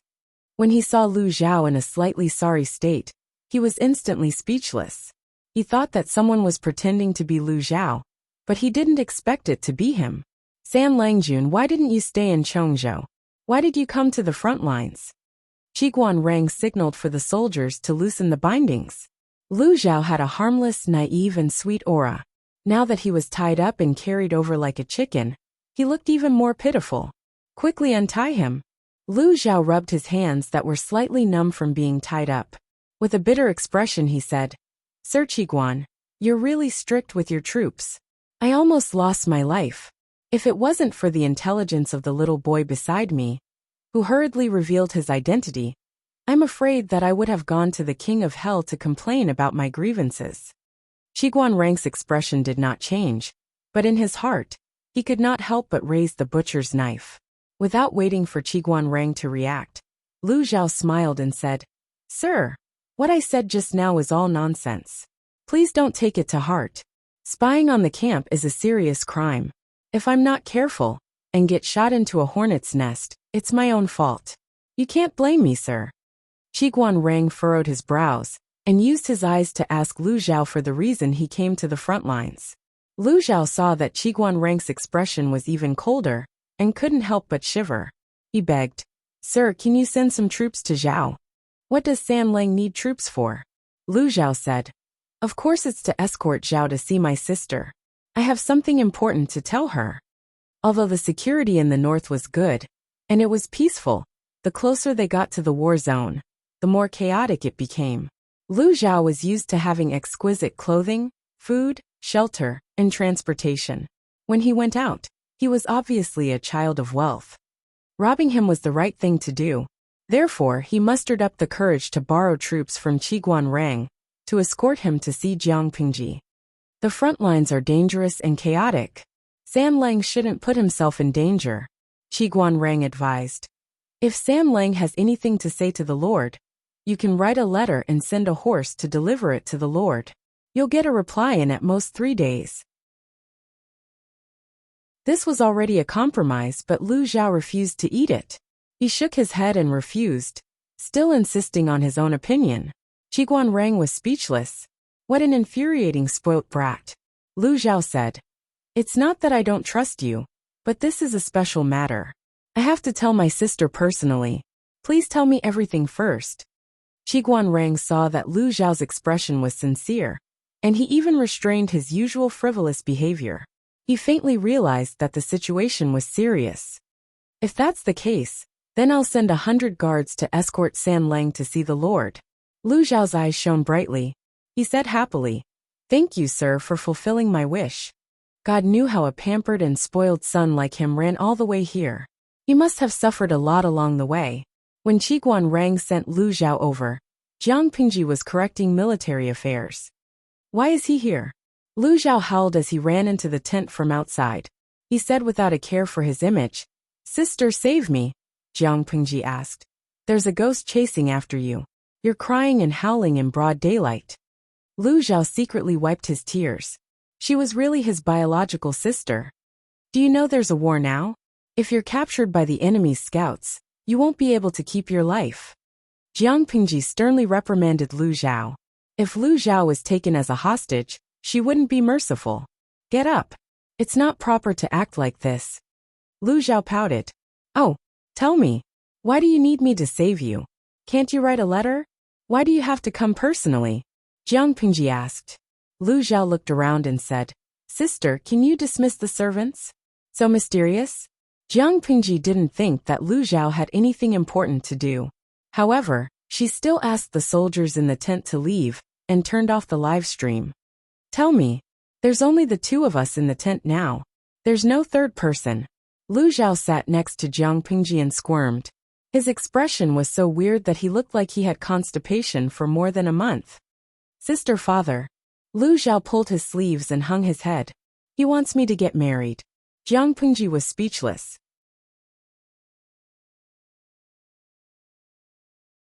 Chapter 1171. You don't like it? Is it because the woman's family background is too low? Jiang Pingji frowned.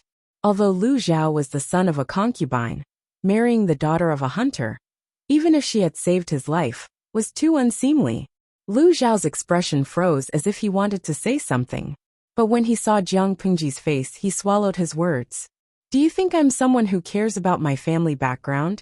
Father liked that girl, and in order to make father smile, little brother married her. But," Lu Zhao said, "but little brother has some reasons that others can't know, so I can't marry that girl. I definitely can't." Jiang Pingji glanced at Lu Zhao. Not enough for outsiders to understand. Lu Zhao avoided her gaze and awkwardly changed the topic. "A few days ago, I went to visit Master Liaochen in Hejian County. I heard that Master Liaochen is a good friend of Min's mother." Jiang Pingji looked down and asked, "And then?" Lu Zhao laughed dryly. According to Great Master Liaochen, when Min's official mother was pregnant for the third time, she was disturbed by evil spirits due to the lack of yang energy in her body. She had no choice but to hide with Great Master Liaochen to find a way to get rid of the evil spirits. Sigh, it's a pity that the monastery is austere and not good for nurturing the fetus. After listening, Jiang Pingji further confirmed that there was a hidden meaning in Lu Zhao's words. He was probably really looking for him to ask for help. Mother's third pregnancy? Why don't I know about this? She pretended not to know.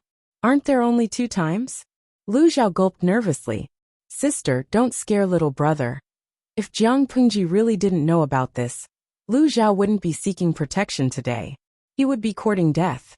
Jiang Pingji did not tease him and continued to ask, "What else do you have to say?" Lu Zhao's eyes darted around and only spoke after a while. His words were also intermittent. This little brother has learned a lot of Zen philosophy from Master Liaochen. When she heard him talk about evil spirits, she asked him if there were really evil spirits in the world. What the great master said was true. Evil and humans existed side by side in the world. If the human body lacked yang energy, it was easy to be targeted by evil. As he spoke, Grandmaster began to talk about some interesting things. There's a story that left a deep impression on me. Jiang Pingji sneered at Lu Zhao. To be fair, Lu Zhao was truly pitiful. If not for his family background, he might have had some achievements. What story? A story passed down from the 16 Kingdoms period. Lu Zhao struggled internally for a while before he said hesitantly. It's said that the soul of a certain noble goddess left her body and roamed the king of hell's palace at night. She was captured by the black and white impermanence, and the judge said that she couldn't return to the mortal world before her time was up. She refused to accept it and asked the judge why she was wrongly judged. The judge said that her body had already been taken over by a nameless wild ghost, but that wild ghost did not have the memories of a real noblewoman, because the memories were attached to the soul. Although there were remnants of the memories in the physical body, these memories only recognized the noble lady's soul. Unfortunately, in order to assume the identity of the noblewoman, the wandering ghost lied to the noblewoman's relatives that she had lost her memory and took the opportunity to take over her place. Lu Zhao's fingers were trembling as he told the story. He was afraid that Jiang Pingji would beat him up in the next second and kill him to silence him. Jiang Pingji did not make a move. "Ah Zhao, are you saying I'm a nameless ghost?" Lu Zhao's face was pale as he shook his head. Even if he was given 10 guts, he wouldn't dare to openly provoke them. Although he didn't know who this sister of his was, Master Liaochen also said that he couldn't afford to offend her. Lu Zhao didn't have any interactions with the original Lu Shi. They weren't close siblings, but the person in front of him had taken care of him. Moreover, Lu Zhao thought about the truth he discovered not long ago. He felt a chill on his neck and couldn't sleep well at night. He was afraid that when he woke up the next day, his brain would move. He thought that his hidden identity could provide him with protection, but he didn't expect that he was also an abandoned chess piece on the surface. As an abandoned chess piece, there was no guarantee of his life. When the chess player felt that he had lost his value, he would only end up being abandoned. He cherished his life, and he wanted to live. After thinking about it, he still took Master Liaochen's suggestion and came all the way to Jiang Pingji. "Forget it, I'm not an unreasonable person. No matter what you know, if you want to live for a long time, it's better to continue pretending to be deaf and dumb. Even if you really become a pig, I'll allow you to live the rest of your life in luxury." Lu Zhao couldn't help but shiver. Concubine Dai was right. When the gods fought, a small shrimp like him didn't even have the qualifications to be cannon fodder. Lu Zhao laughed dryly. "Sister, I naturally believe in your words. I'll have to ask you to take care of my father." Jiang Pingji rolled her eyes at him. She rolled her eyes angrily. "If you're so afraid of my father, why did you dare to escape?" Lu Zhao said, "I had to choose the lesser of two evils. Didn't I have you to protect me?" Jiang Pingji said, "Stay in the camp and don't run around.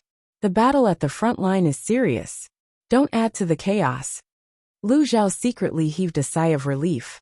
He secretly glanced at Jiang Pingji's eyes. He wasn't sure if Jiang Pingji had received his hint. If she had, why was she so calm and unperturbed? Judging from her reaction, she seemed to have known the inside story for a long time. If she really knew, why could she pretend that nothing had happened? "What are you thinking about?" Jiang Pingji asked out of the blue. Lu Zhao blurted out, "Of course I'm thinking about you. I'm thinking about why you're not afraid." Jiang Pingji said, "Superfluous feelings will blind people's eyes and cause them to be blind, so they can't see more concrete things." Lu Zhao asked in return, "So you don't have superfluous feelings?" "I don't have that, so I see far more things than you do. People will be afraid of the unknown, but things that they know won't." With that, Lu Zhao was even more certain of his guess. "It's getting late. You should go and rest first. I still have to deal with government affairs. Otherwise, I'll stay up until late at night again." Lu Zhao left tactfully. He left. Jiang Pingji didn't deal with government affairs according to his instructions. Instead, she stared at the god slayer on the sword rack in a daze. Suddenly she asked in her heart, "System Lu Shi didn't die, right?" According to Wei Xi's revelation, Jiang Pingji didn't obtain the memories of the body's original owner. Because of the language barrier, she wandered outside. Just like the nameless wild ghost in the story, she couldn't obtain the body's memories because her soul didn't match. She could only pretend to have amnesia to deceive the body's relatives. Jiang Pingji was different. She had Lu Shi's memories. As long as she searched carefully, she could even find a lot of content that Lu Shi himself had forgotten. Before Lu Zhao told her the story, she could think that the system had helped. However, Lu Zhao came all the way here to tell her this. The wait was different. Lu Shi was very likely not dead. Thinking back carefully, Lu Shi's death was quite interesting. She was just frightened by the bandits. She stepped forward bravely to block a knife for Wei Jingxian. The knife cut her collar, but it didn't hurt her flesh. After that, Lu Shi had a high fever. After that, Jiang Pingji was pulled over by the system. Jiang Pingji's brain and spirit were strong. She could accurately sense if there was a strange second presence in a body. The conclusion was that Lu Shi's spirit had died. The death of his spirit meant complete death. Now,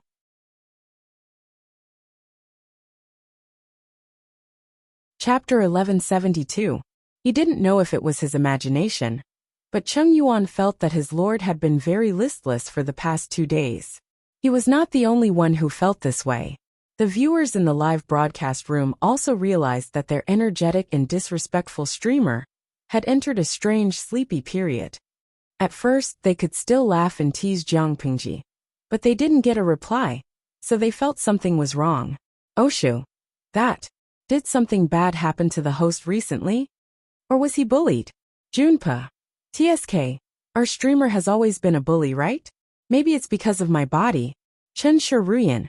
Auntie finally visited the streamer? Drink more hot water or brown sugar water.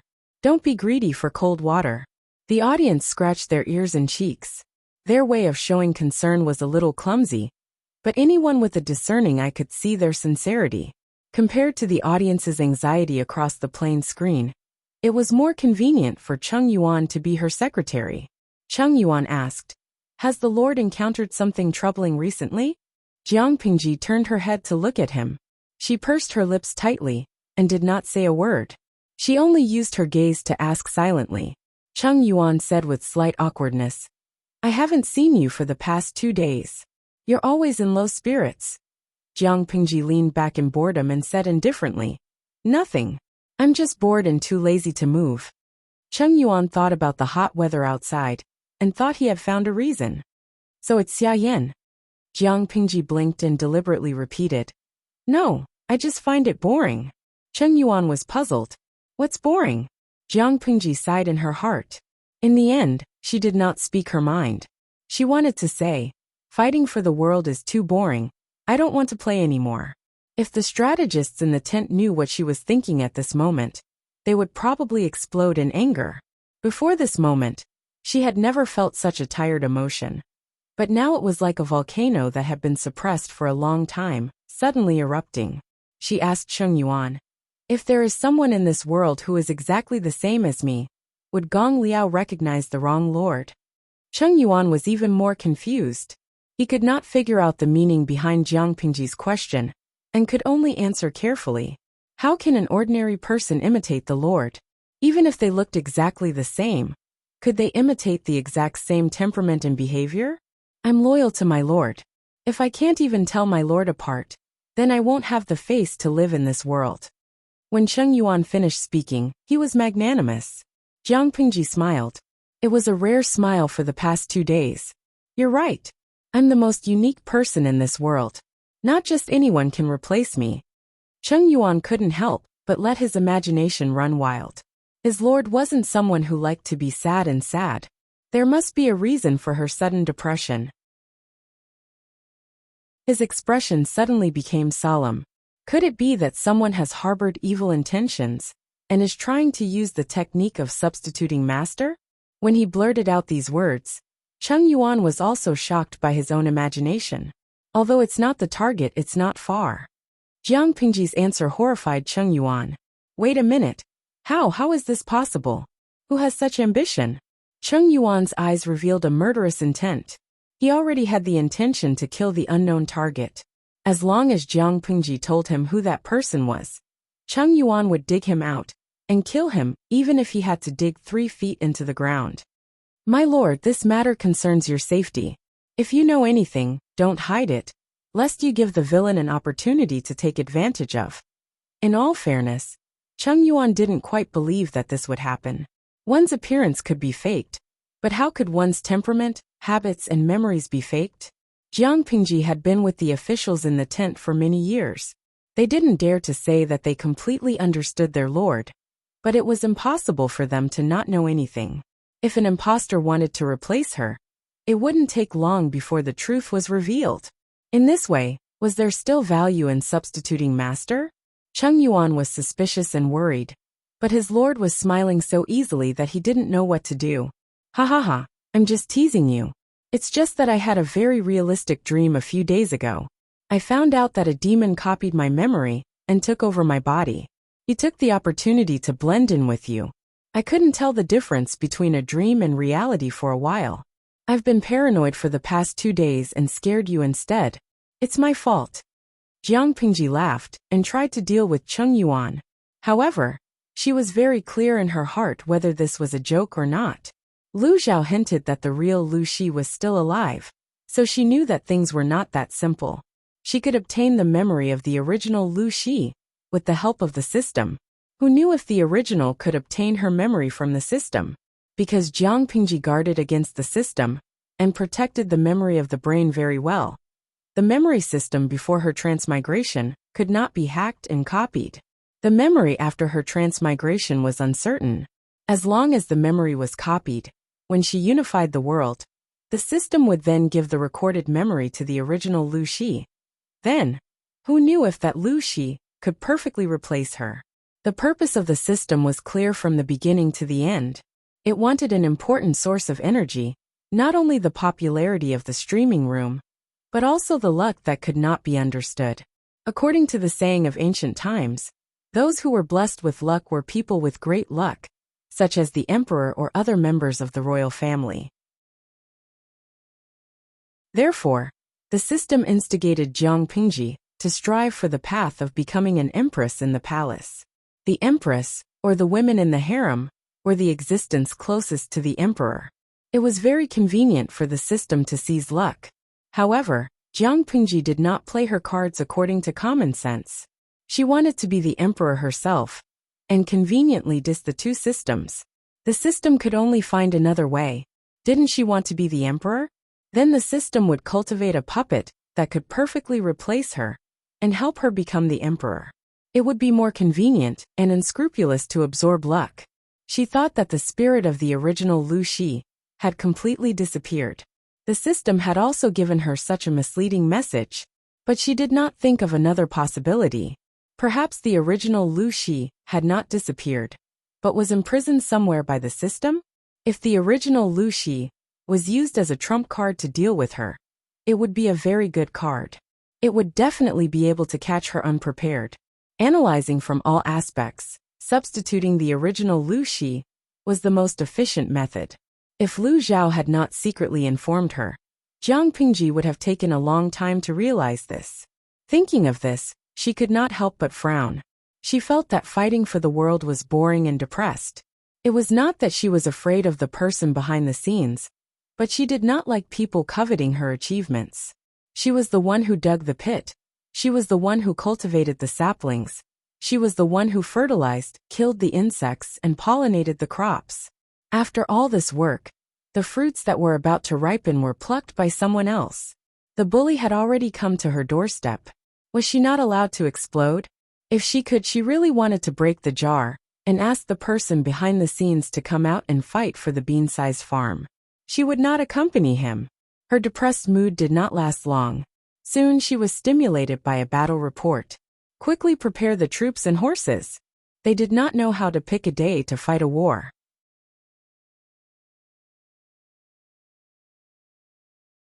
Chapter 1173. Speaking of that day, Qiguan Rang had forced Yuan Xian's army to retreat and caused them heavy losses. Yuan Xian had successfully escaped with his defeated army, like a stray dog. Although they had successfully burned 50,000 dawn of the enemy's rations, they had paid the price of half the casualties. As the commander, Yuan Xian's crime was unforgivable. Yuan Xian's personality was more impulsive, and he had made many enemies. Those people took advantage of this opportunity to kick him when he was down. Who asked Yuan Xian to be so arrogant and make such a military pledge? Yuan Xian was a person with high aspirations, an arrogant personality, and strong self-esteem. He was usually respected by others. When had he ever been pushed down by others? For a moment, he couldn't suppress his grief and anger. He said, "This is indeed my fault. but I am not willing to accept punishment. The main culprit is someone else. Huang Song subconsciously furrowed his brows. He wanted to punish Yuan Xian heavily to clean up the atmosphere. But if he did that, it would inevitably disappoint the old general. He was already in a difficult situation. He didn't expect Yuan Xian to say something like this. What did he mean by the main culprit is someone else? Before Huang Song could find an excuse to send Yuan Xian away, Yuan Xian said, I suspect that someone has colluded with the enemy and leaked information. Colluded with the enemy and leaked information? Hearing these words, Huang Song's ears couldn't help but perk up. What do you mean colluded with the enemy and leaked information? Thinking of Yuan Xian's usual personality, Huang Song felt that this old fellow's words couldn't be completely trusted. Yuan Xian pointed. Everyone looked in the direction he was pointing, and were all shocked. Everyone had different reactions. Nie Sun was about to explode. He couldn't help but stand up and scold. Yuan Xian, if you are afraid of punishment, just say it. Why do you have to accuse me? He was really angry. His usual gentle demeanor were all thrown to the back of his head. The veins on his forehead were bulging. Yuan Xian said, that day, when I volunteered to go out to intercept the rations. Do you still remember what you said? Nie Sun was stunned. What did he say? Yuan Xian said, you said that I don't know much about the terrain in Hu County. If you let me lead the army, and we fail to intercept the grain, we'll be surrounded and fall into the enemy's trap. How can I escape? Why didn't I know that you, Nie Chengyun, had the ability to predict the future? It's no secret that you and I don't get along. This old man also made you lose face, causing you to lose the chance to recommend a new general and form a clique for personal gain. It's hard to guarantee that you, Nie Chengyun, won't harbor a grudge in your heart in order to frame this old man and secretly use underhanded methods. Nie Sun scolded angrily. What kind of bullshit are you spouting? Did they really think that he, Nie Sun, wouldn't swear? Did they really think that he was made of clay and didn't have a temper? After saying that, Nie Sun even drew his sword from his waist. If it weren't for the fact that a few of his colleagues saw that the situation was getting out of hand and stopped him, he would have really taken up his sword and fought with Yuan Xian alone. Being able to beat him was secondary. The main point was that he absolutely could not endure this humiliation. Yuan Xian sneered. Could it be that you're angry out of humiliation? Huang Song's patience with Yuan Xian had also run out. He couldn't help but say, victory and defeat are common in military affairs. Commandant Yuan, don't be obsessed. In other words, he wanted Yuan Xian to be more open-minded and not go around biting people after losing a game. Even if Huang Song didn't really trust Nie Sun, it was really unsightly for Yuan Xian to go around biting people like a mad dog. Yuan Xian, however, didn't understand the meaning behind it. Instead, he thought that Huang Song was comforting him. He had the right to think so. Huang Song needed the support of his family, so he was more tolerant and kind to the generals who came from his family. Yuan Xian said, why didn't my lord investigate the route and terrain of the south road of Xing City in Hu County? Even if the troops under Lu Shi's tent were divine soldiers, if there wasn't an early warning and no one colluded with the enemy, how could they mobilize troops to the exit of the south road of Xing City in such a short time and set up an ambush in advance? Even if they arrived, they would be a tired army, and it would be even more impossible for them to kill half of their troops. It had to be said that Yuan Xian's rhythm was indeed very good. It was almost perfect. Except for a few strategists who found the loopholes in his words, the others all believed in Yuan Xian's imagination and speculation. At first it really sounded like it. Seeing this, Nie Sun was so angry that he blacked out and fainted. Everyone was so scared that they panicked again. At this time, Feng Ju wasn't present, so only Qing Jing could say a few words of justice for Nie Sun. Old Commandant Yuan, you're wrong, Cheng Jing said with a cold face. The enemy is familiar with the terrain of Hu County, so it's not a problem for them to take a shortcut. After a rapid march, they can indeed reach the south road of Xing City in advance and set up an ambush. They are tired soldiers, but the old commandant didn't notice. They only know how to break out of the encirclement but they don't know how to react. Why do they only defend and not attack? Isn't it to disturb our army's morale and make the old commandant lose his rationality and sense of propriety? Most of the soldiers who died were not killed by sharp blades, but by fire. Old commandant, you can't even see through this. No one knew that ever since Nie Sun fainted from being bitten by Yuan Xian, Cheng Jing had the intention to kill him. Keeping such a person around would cause more conflicts between the civil and military officials under the Lord's command. Sooner or later, there would be a big mess. Huang Song couldn't stand it anymore. He called for a military doctor for Nie Sun and told Yuan Xian to go away and reflect on his actions. He would punish Nie Sun after he woke up. My lord, we can't indulge old Commandant Yuan anymore. Cheng Jing had a headache. After today, Nie Sun and Huang Song would definitely have a complete separation. Even if they didn't, Nie Sun wouldn't be as selfless and loyal as before. Huang Song heard the complaint in Cheng Jing's words. What was there to complain about? Complaining that Huang Song was biased towards his own family and treated others poorly. This would only cause the officials to have a different opinion and gradually alienate them from the Lord. Huang Song hardened his heart and said, I will give Cheng Yin an explanation. Cheng Jing could only hope that it was not too late to salvage the situation. Who would have thought that the conflict between Yuan Xian and Nie Sun would escalate from a trivial matter to such a serious one? When Nie Sun woke up, Huang Song held his little hand and said a bunch of intimate words. Nie Sun maintained a weak smile the whole time and occasionally responded. Other than himself, no one knew what he was thinking. There were still cracks in a broken mirror, let alone a person's heart. Under Yuan Xian's various death-seeking efforts, Nie Sun developed a deep animosity towards Huang Song. Fortunately, they still had a common enemy to deal with. For the time being, they didn't have the energy to engage in any internal strife. The conflict between the people under Huang Song's command was also temporarily diverted because of the war. South Xingqing intercepted the rations. Our side suffered heavy casualties, and the enemy lost 50,000 dawn of rations. It was barely considered a draw. Huang Song was about to prepare for the next step when he suddenly received a secret letter from Su Bei. In this war, Su Bei was the main force. Huang Song was only a support. Su Bei's troops and Jiang Pingji's troops fought on the Sichuan plains to attract the main force. He requested Huang Song to bypass the main force and launch a sneak attack on Hu County. Although Jiang Pingji had a few supply lines, they were all concentrated in Hu County. Once Hu County was lost and the rations were cut off, their side would gain the upper hand.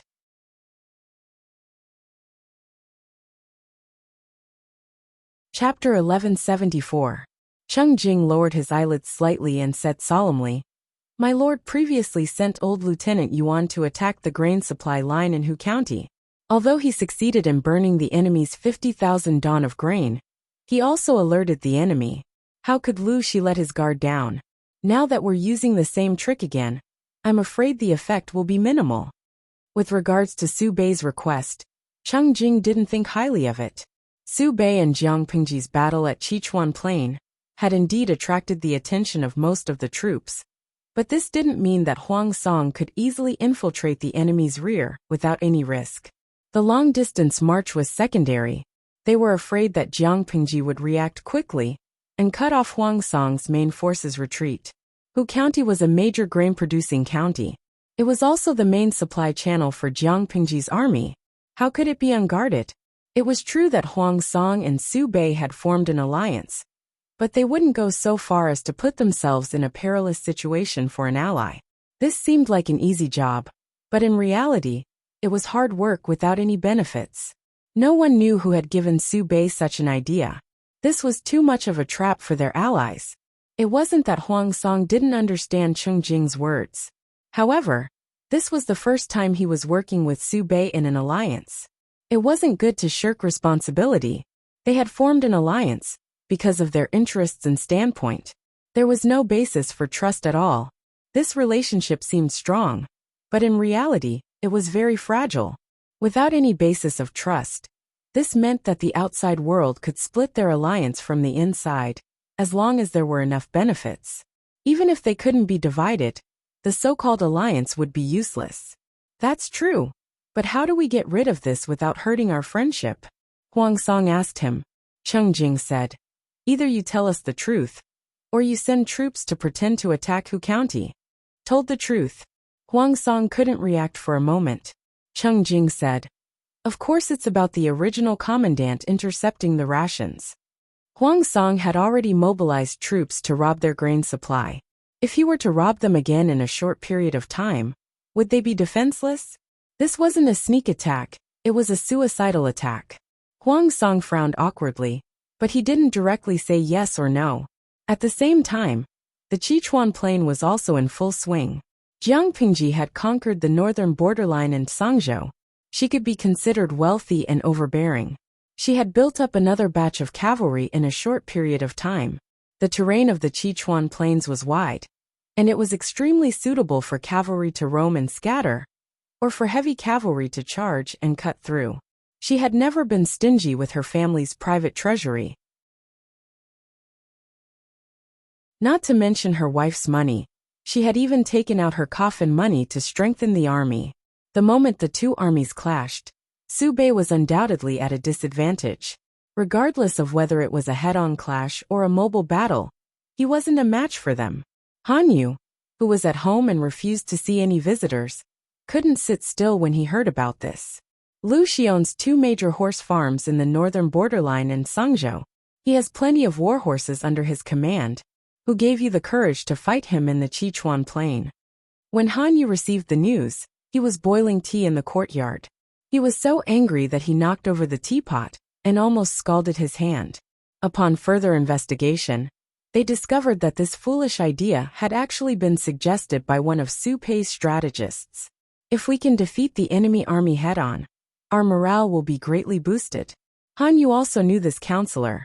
The counselor was well-versed in theory, but he had almost zero practical experience. He could be considered as another armchair strategist. At the same time, the other party also gave his own reasons. At first glance, those reasons sounded quite reasonable. It was not that the strategist had not thought about the problem of cavalry, but Jiang Pingji had conquered Sangzhou for less than half a year, and conquered the northern borderline for only a year. How strong could a cavalry troop be built in such a short time? The cost of training cavalry was very high. Not only did it burn money, but it also consumed a lot of time. Moreover, no matter how strong the cavalry was, as long as there were not many of them, it would not be difficult to deal with them. Excluding the advantage of cavalry, the combat strength of the two sides should not be too different. Sichuan Plain was their main battlefield, so it was not impossible for them to win. Su Pei and the others had thought of everything. The only thing they did not consider was the time Jiang Pingji had spent on training the cavalry. In order to deal with the northern borderline, she had started the formation of the cavalry battalion a few years ago. It was not a year or half a year like everyone thought. During the battle at the northern borderline, the number of cavalry under her command was not large.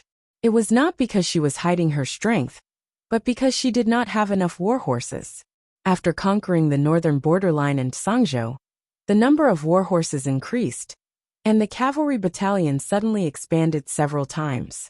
After losing the first battle, Su Pei had no choice but to send someone to pull out Han Yu, who was squatting at home and planting mushrooms. As soon as Han Yu came over, he asked Su Pei to withdraw his troops and choose to retreat to the mountain pass. This was to suppress the cavalry's advantage. The cavalry was not omnipotent, but ordinary infantry needed a lot of preparation to fight against cavalry. They also needed to coordinate with the terrain to be effective. For example, in mountainous areas, forests, and valleys, the cavalry's combat strength and survival ability would be greatly reduced. The terrain of Sichuan Plain was vast. It was simply a paradise for cavalry. Not to mention that Lu Shi had the heavy cavalry battalion under his command. No matter how strong their defense was, they would not be able to withstand the joint attack of thousands of heavy cavalry. Instead of choosing to fight head-on, it was better to retreat and use the terrain to stabilize the military situation. Han Yu was cautious by nature. If this battle had been handed to him from the beginning, even if he did not know the strength of the enemy, he would have chosen the safest way to fight. After stabilizing the situation, he would then think of ways to expand the results of the battle. Blindly greedy would only cause him to be consigned to eternal damnation. His choice was a harsh slap to the face of the previous strategist. However, Su Pei valued Han Yu so much that he could not even speak sarcastically. Han Yu did not know how the other party felt. He was only concerned about the situation of the battlefield, such as the losses in the previous battle. When Su Pei withdrew his troops and retreated to defend, Yang Si knew that Han Yu had come out again. Isn't he at home closing his door to guests? Is that a disguised form of confinement? Han Yu was Yang Si's nemesis. Yang Si had no temper at all when faced with this fellow. Qin Gong said, Han Yu is Su Bei's most trusted strategist. The two of them had a small conflict, but it will not be a stalemate forever. Ordinary couples fight at the head of the bed and reconcile at the end, not to mention the importance of this battle. Even if Han Yu has a grudge against him, he will not sit idly by. Yang Si, who was originally burning with anger, could not say a word. Qin Gong's honest analogy made him feel like he could not bear to look straight at it. Yang Si did not speak. Qin Gong asked again, Strategist, is it possible that I have said something wrong? No. Yang Si put down his hand and coughed softly. It makes sense. Qin Gong asked, what should we do now? Su Bei's army has retreated, and the surrounding area is filled with forests and hills.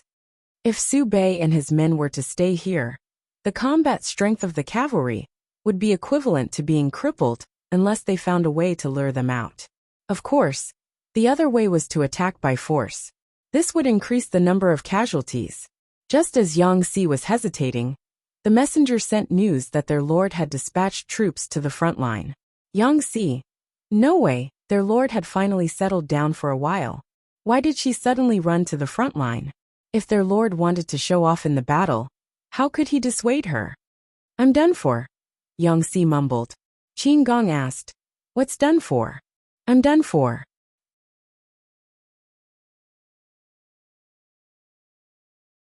Chapter 1175. Yang Si didn't know if it was an illusion, but he felt that something was wrong with his lord these 2 days. She was like a firecracker that would explode at the slightest touch. Feng Jing, how do you feel after following the lord to attack the city for the past 2 days? Yang Si did not dare to ask Jiang Pingji directly, so he tried to get information from Qin Gong in private. Qin Gong was silent for a moment. He thought of how his lord had charged into battle and couldn't help but shiver. Only after a long while did he speak hesitantly. My lord is a true man. Yang Si. Bullsh *T. Isn't this something that everyone knows? Who asked you about this? Yang Si asked. Don't you think that lord has been particularly angry recently? Usually, they did not reveal themselves and looked very normal. However, when they fought, they were several times more ferocious than before. They fought without any regard for their lives. Although they did not manage to break through Su Bei's army's defensive line, after 2 consecutive days, Su Bei's defense seemed to be straining. Qin Gong asked hesitantly, really? I have only been with His Highness for a short period of time, and do not understand him, as well as the military counselor. After saying that, the upright young general revealed an ashamed expression, as if he had committed a grave mistake. Yang Si said, Our lord is not like this usually. She knows when to stop fighting. If she can avoid getting hurt, she will. Unlike now. Qin Gong.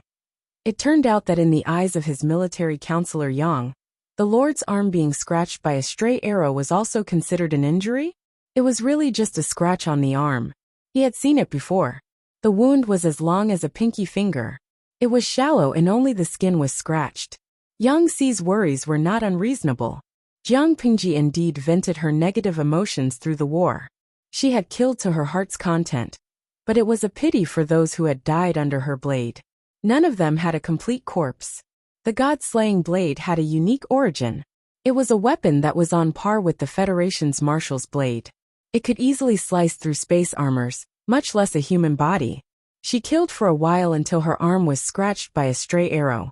A slight pain came from her arm, and she calmed down.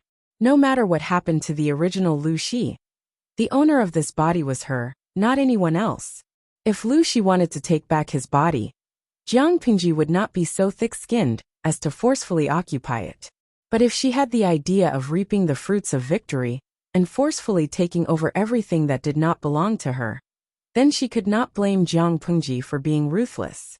Jiang Pingji recovered from her low spirits and returned to her usual self. His main focus now was to conquer the world and take over the entire farm as soon as possible. By then, the people hiding in the dark would jump out.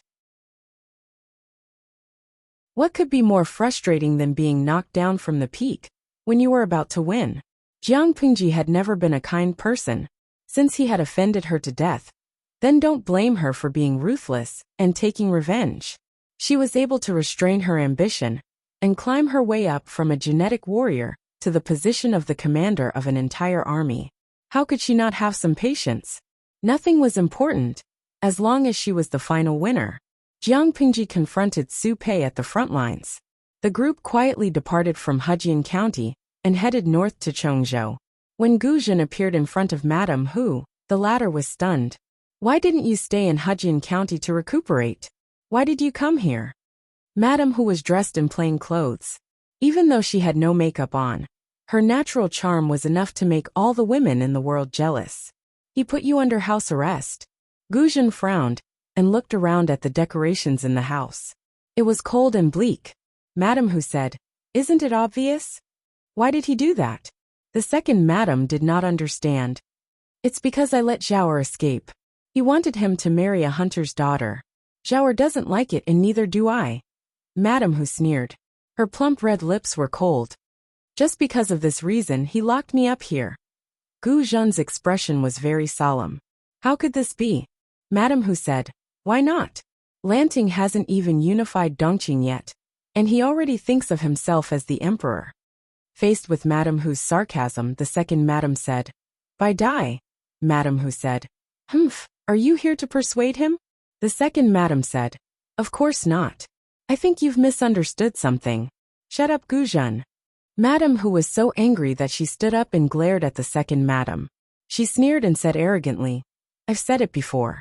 Don't mess around in front of me. She's just the daughter of a concubine who stole Gu Min's status. I don't need you to interfere with what I do." The two of them did not have a good relationship. They could maintain a facade in front of outsiders, but once there was no one around, they would completely reveal their true colors. Gu Zhen's expression changed. She said, "I really don't know what's wrong with you. Why have you treated Lu Shi like this all these years?" She still remembered that Bai Dai and Lu Shi had a good relationship. They were childhood sweethearts and cousins. After Lu Shi married Gu Min, the two of them rarely contacted each other.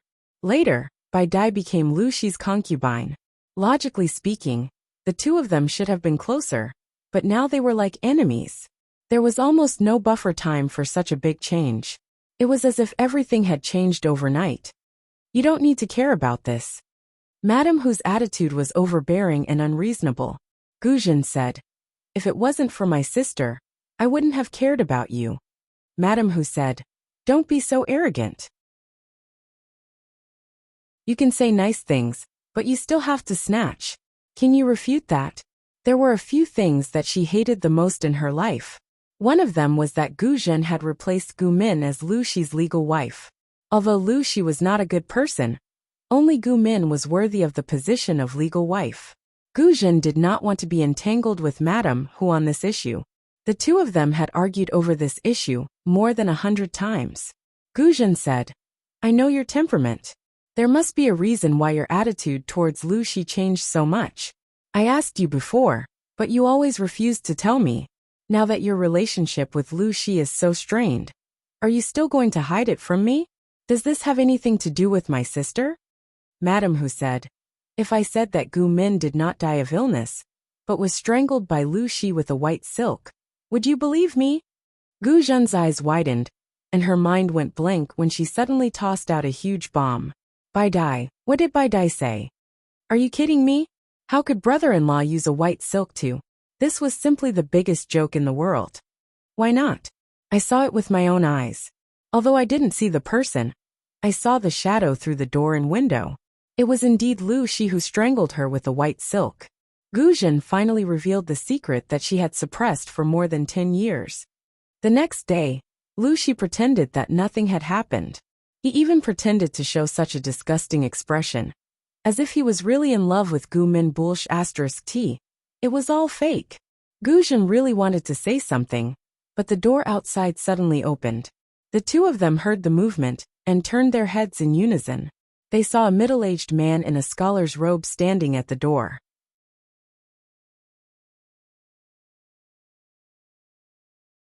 Chapter 1176. Lu Shi's appearance was too sudden. The atmosphere suddenly dropped to a freezing point. Both Bai Dai and Xiao Chun felt a sense of fear and helplessness from the bottom of their hearts. However, Bai Dai quickly calmed down. She sneered at the food box in Lu Shi's hand and said sarcastically, "How long have you been standing outside? Do you want to give me my last meal, and then use that white silk to choke me to death like how you strangled Gu Min?" Lu Shi's eyes were dark and gloomy. In the past, Lu Shi was always warm, like the warm sun in spring. He didn't make people feel hot or cold. He was neither hot nor cold, just right. His eyes were also slightly pale. Under the light, they had a kind of amber texture, but now they were like black ink, giving people an inexplicable coldness. Uncharacteristically, Lu Shi didn't speak. Instead, he stared coldly at Bai Dai. Gu Zhen, who was standing beside him, calmed down. Fear grew in her heart. Is what Bai Dai said true?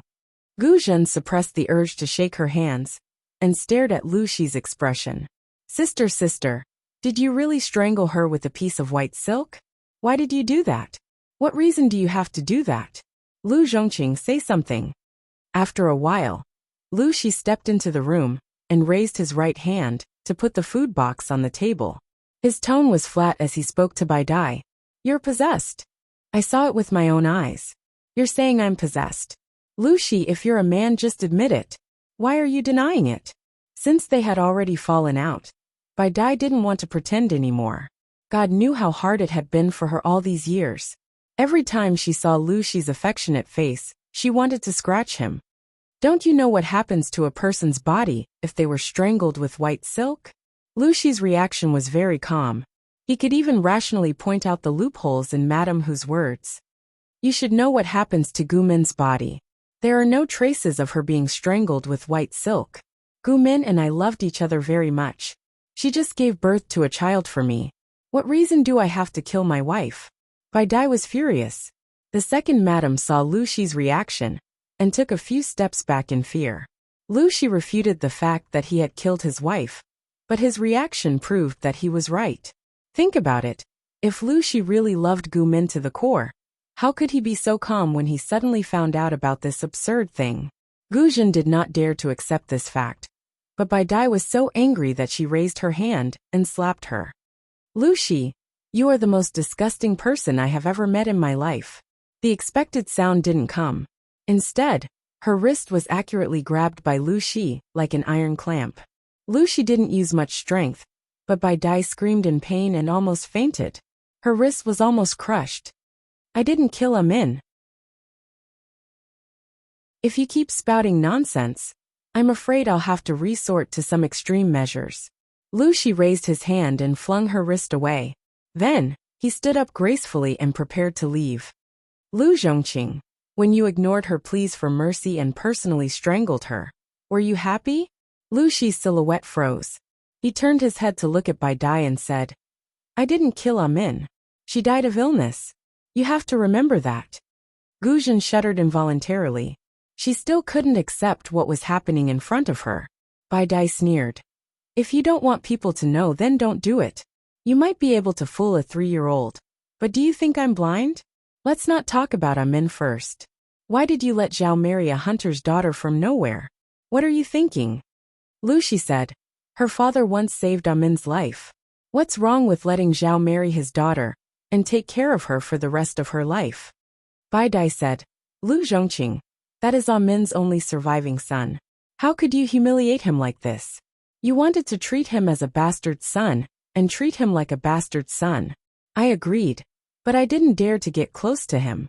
Now you want to ruin the rest of his life? Lu Shi said. I did it for his own good. Bai Dai sneered. For his own good? You did it for his own good. Your solution was to make him a lowly bastard son. Now he is being suppressed by a lonely soul of unknown origin? Lu Shi is your daughter. You know that the so-called two souls in one body are fake, but you can still accept a lonely soul without any grudge. Don't you feel sorry for your daughter? What she really wanted to ask was whether Lu Shi was still human. Lu Shi said, "One day, you will understand." I don't understand. I only believe the truth that I see for myself. You killed your wife in Gumin. You abandoned your daughter, and let the evildoer take over her body, and get away with it. You made the honorable son of Lu Shi a bastard, and raised him to be useless. Lu Zhongqing, what are your intentions? Bai Dai's words were full of blood, but Lu Shi didn't seem to hear it. I told you don't understand. You devil. Bai Dai had a bad temper. She had always been unmoved by force or persuasion. Lu Shi's words didn't work at all. Instead, it triggered the resistance that she had suppressed for many years. She covered her rapidly red and swollen wrist and said angrily, Lu Shi, who was as beautiful as the moon, died a long time ago. Where did you come from, evildoer? You caused the death of Gumin's family. Are you still not satisfied? Yes. Lu Shi was the evildoer. Bai Dai's chest rose and fell violently. Her emotions were completely out of control. If the second madam hadn't come back to her senses and stopped her, she would have pounced on Lu Shi. You too. Lu Shi finally turned around and looked at the two of them. His eyes were still cold. Let me calm down. After saying that, Lu Shi left without looking back. His footsteps sounded as if he was fleeing for his life. Let me go. After Lu Shi left, Bai Dai finally lost her temper and pushed the second madam aside. Do you want to die? The second madam stopped her. If you continue to provoke him, he might really kill you. He's not a man if he doesn't kill me. I don't expect him to spare my life if he dares to kill his beloved wife. Bai Dai was still emotional, but the second madam refused to let her go. The two of them could only stand there in a stalemate. What was Lu Shi doing at that moment? He staggered back to his study and slammed the door. He fell to the ground as if he had used up all his strength. His forehead was covered in sweat. As time passed, he curled up into a ball. The veins on his forehead bulged. It was terrifying. Do you really think you are Lu Shi? I'm not satisfied with your performance today. Lu Shi's eyes were closed. He breathed hot air through his nose and mouth as if he had fallen asleep. How did Gumin die? Correct your position and identity. You have no right to question me like this. I'll ask you again. How did Gumin die? Because of Lu Shi's resistance. The voice in his head was silent for a while before it spoke again. I said she was an outsider. She was destined to be rejected by the plane's consciousness and return to her own world. Bai Dai said you strangled her with my body. That you're tuning in to the Li Mei's Sword of Destiny YouTube channel. We're so grateful for your support, and don't forget to subscribe to join us on this incredible journey through captivating stories. Your generosity through donations truly makes a world of difference, as it's the primary source of revenue that allows me to expand and enhance this channel for you. Thank you from the bottom of my heart for being a part of this adventure.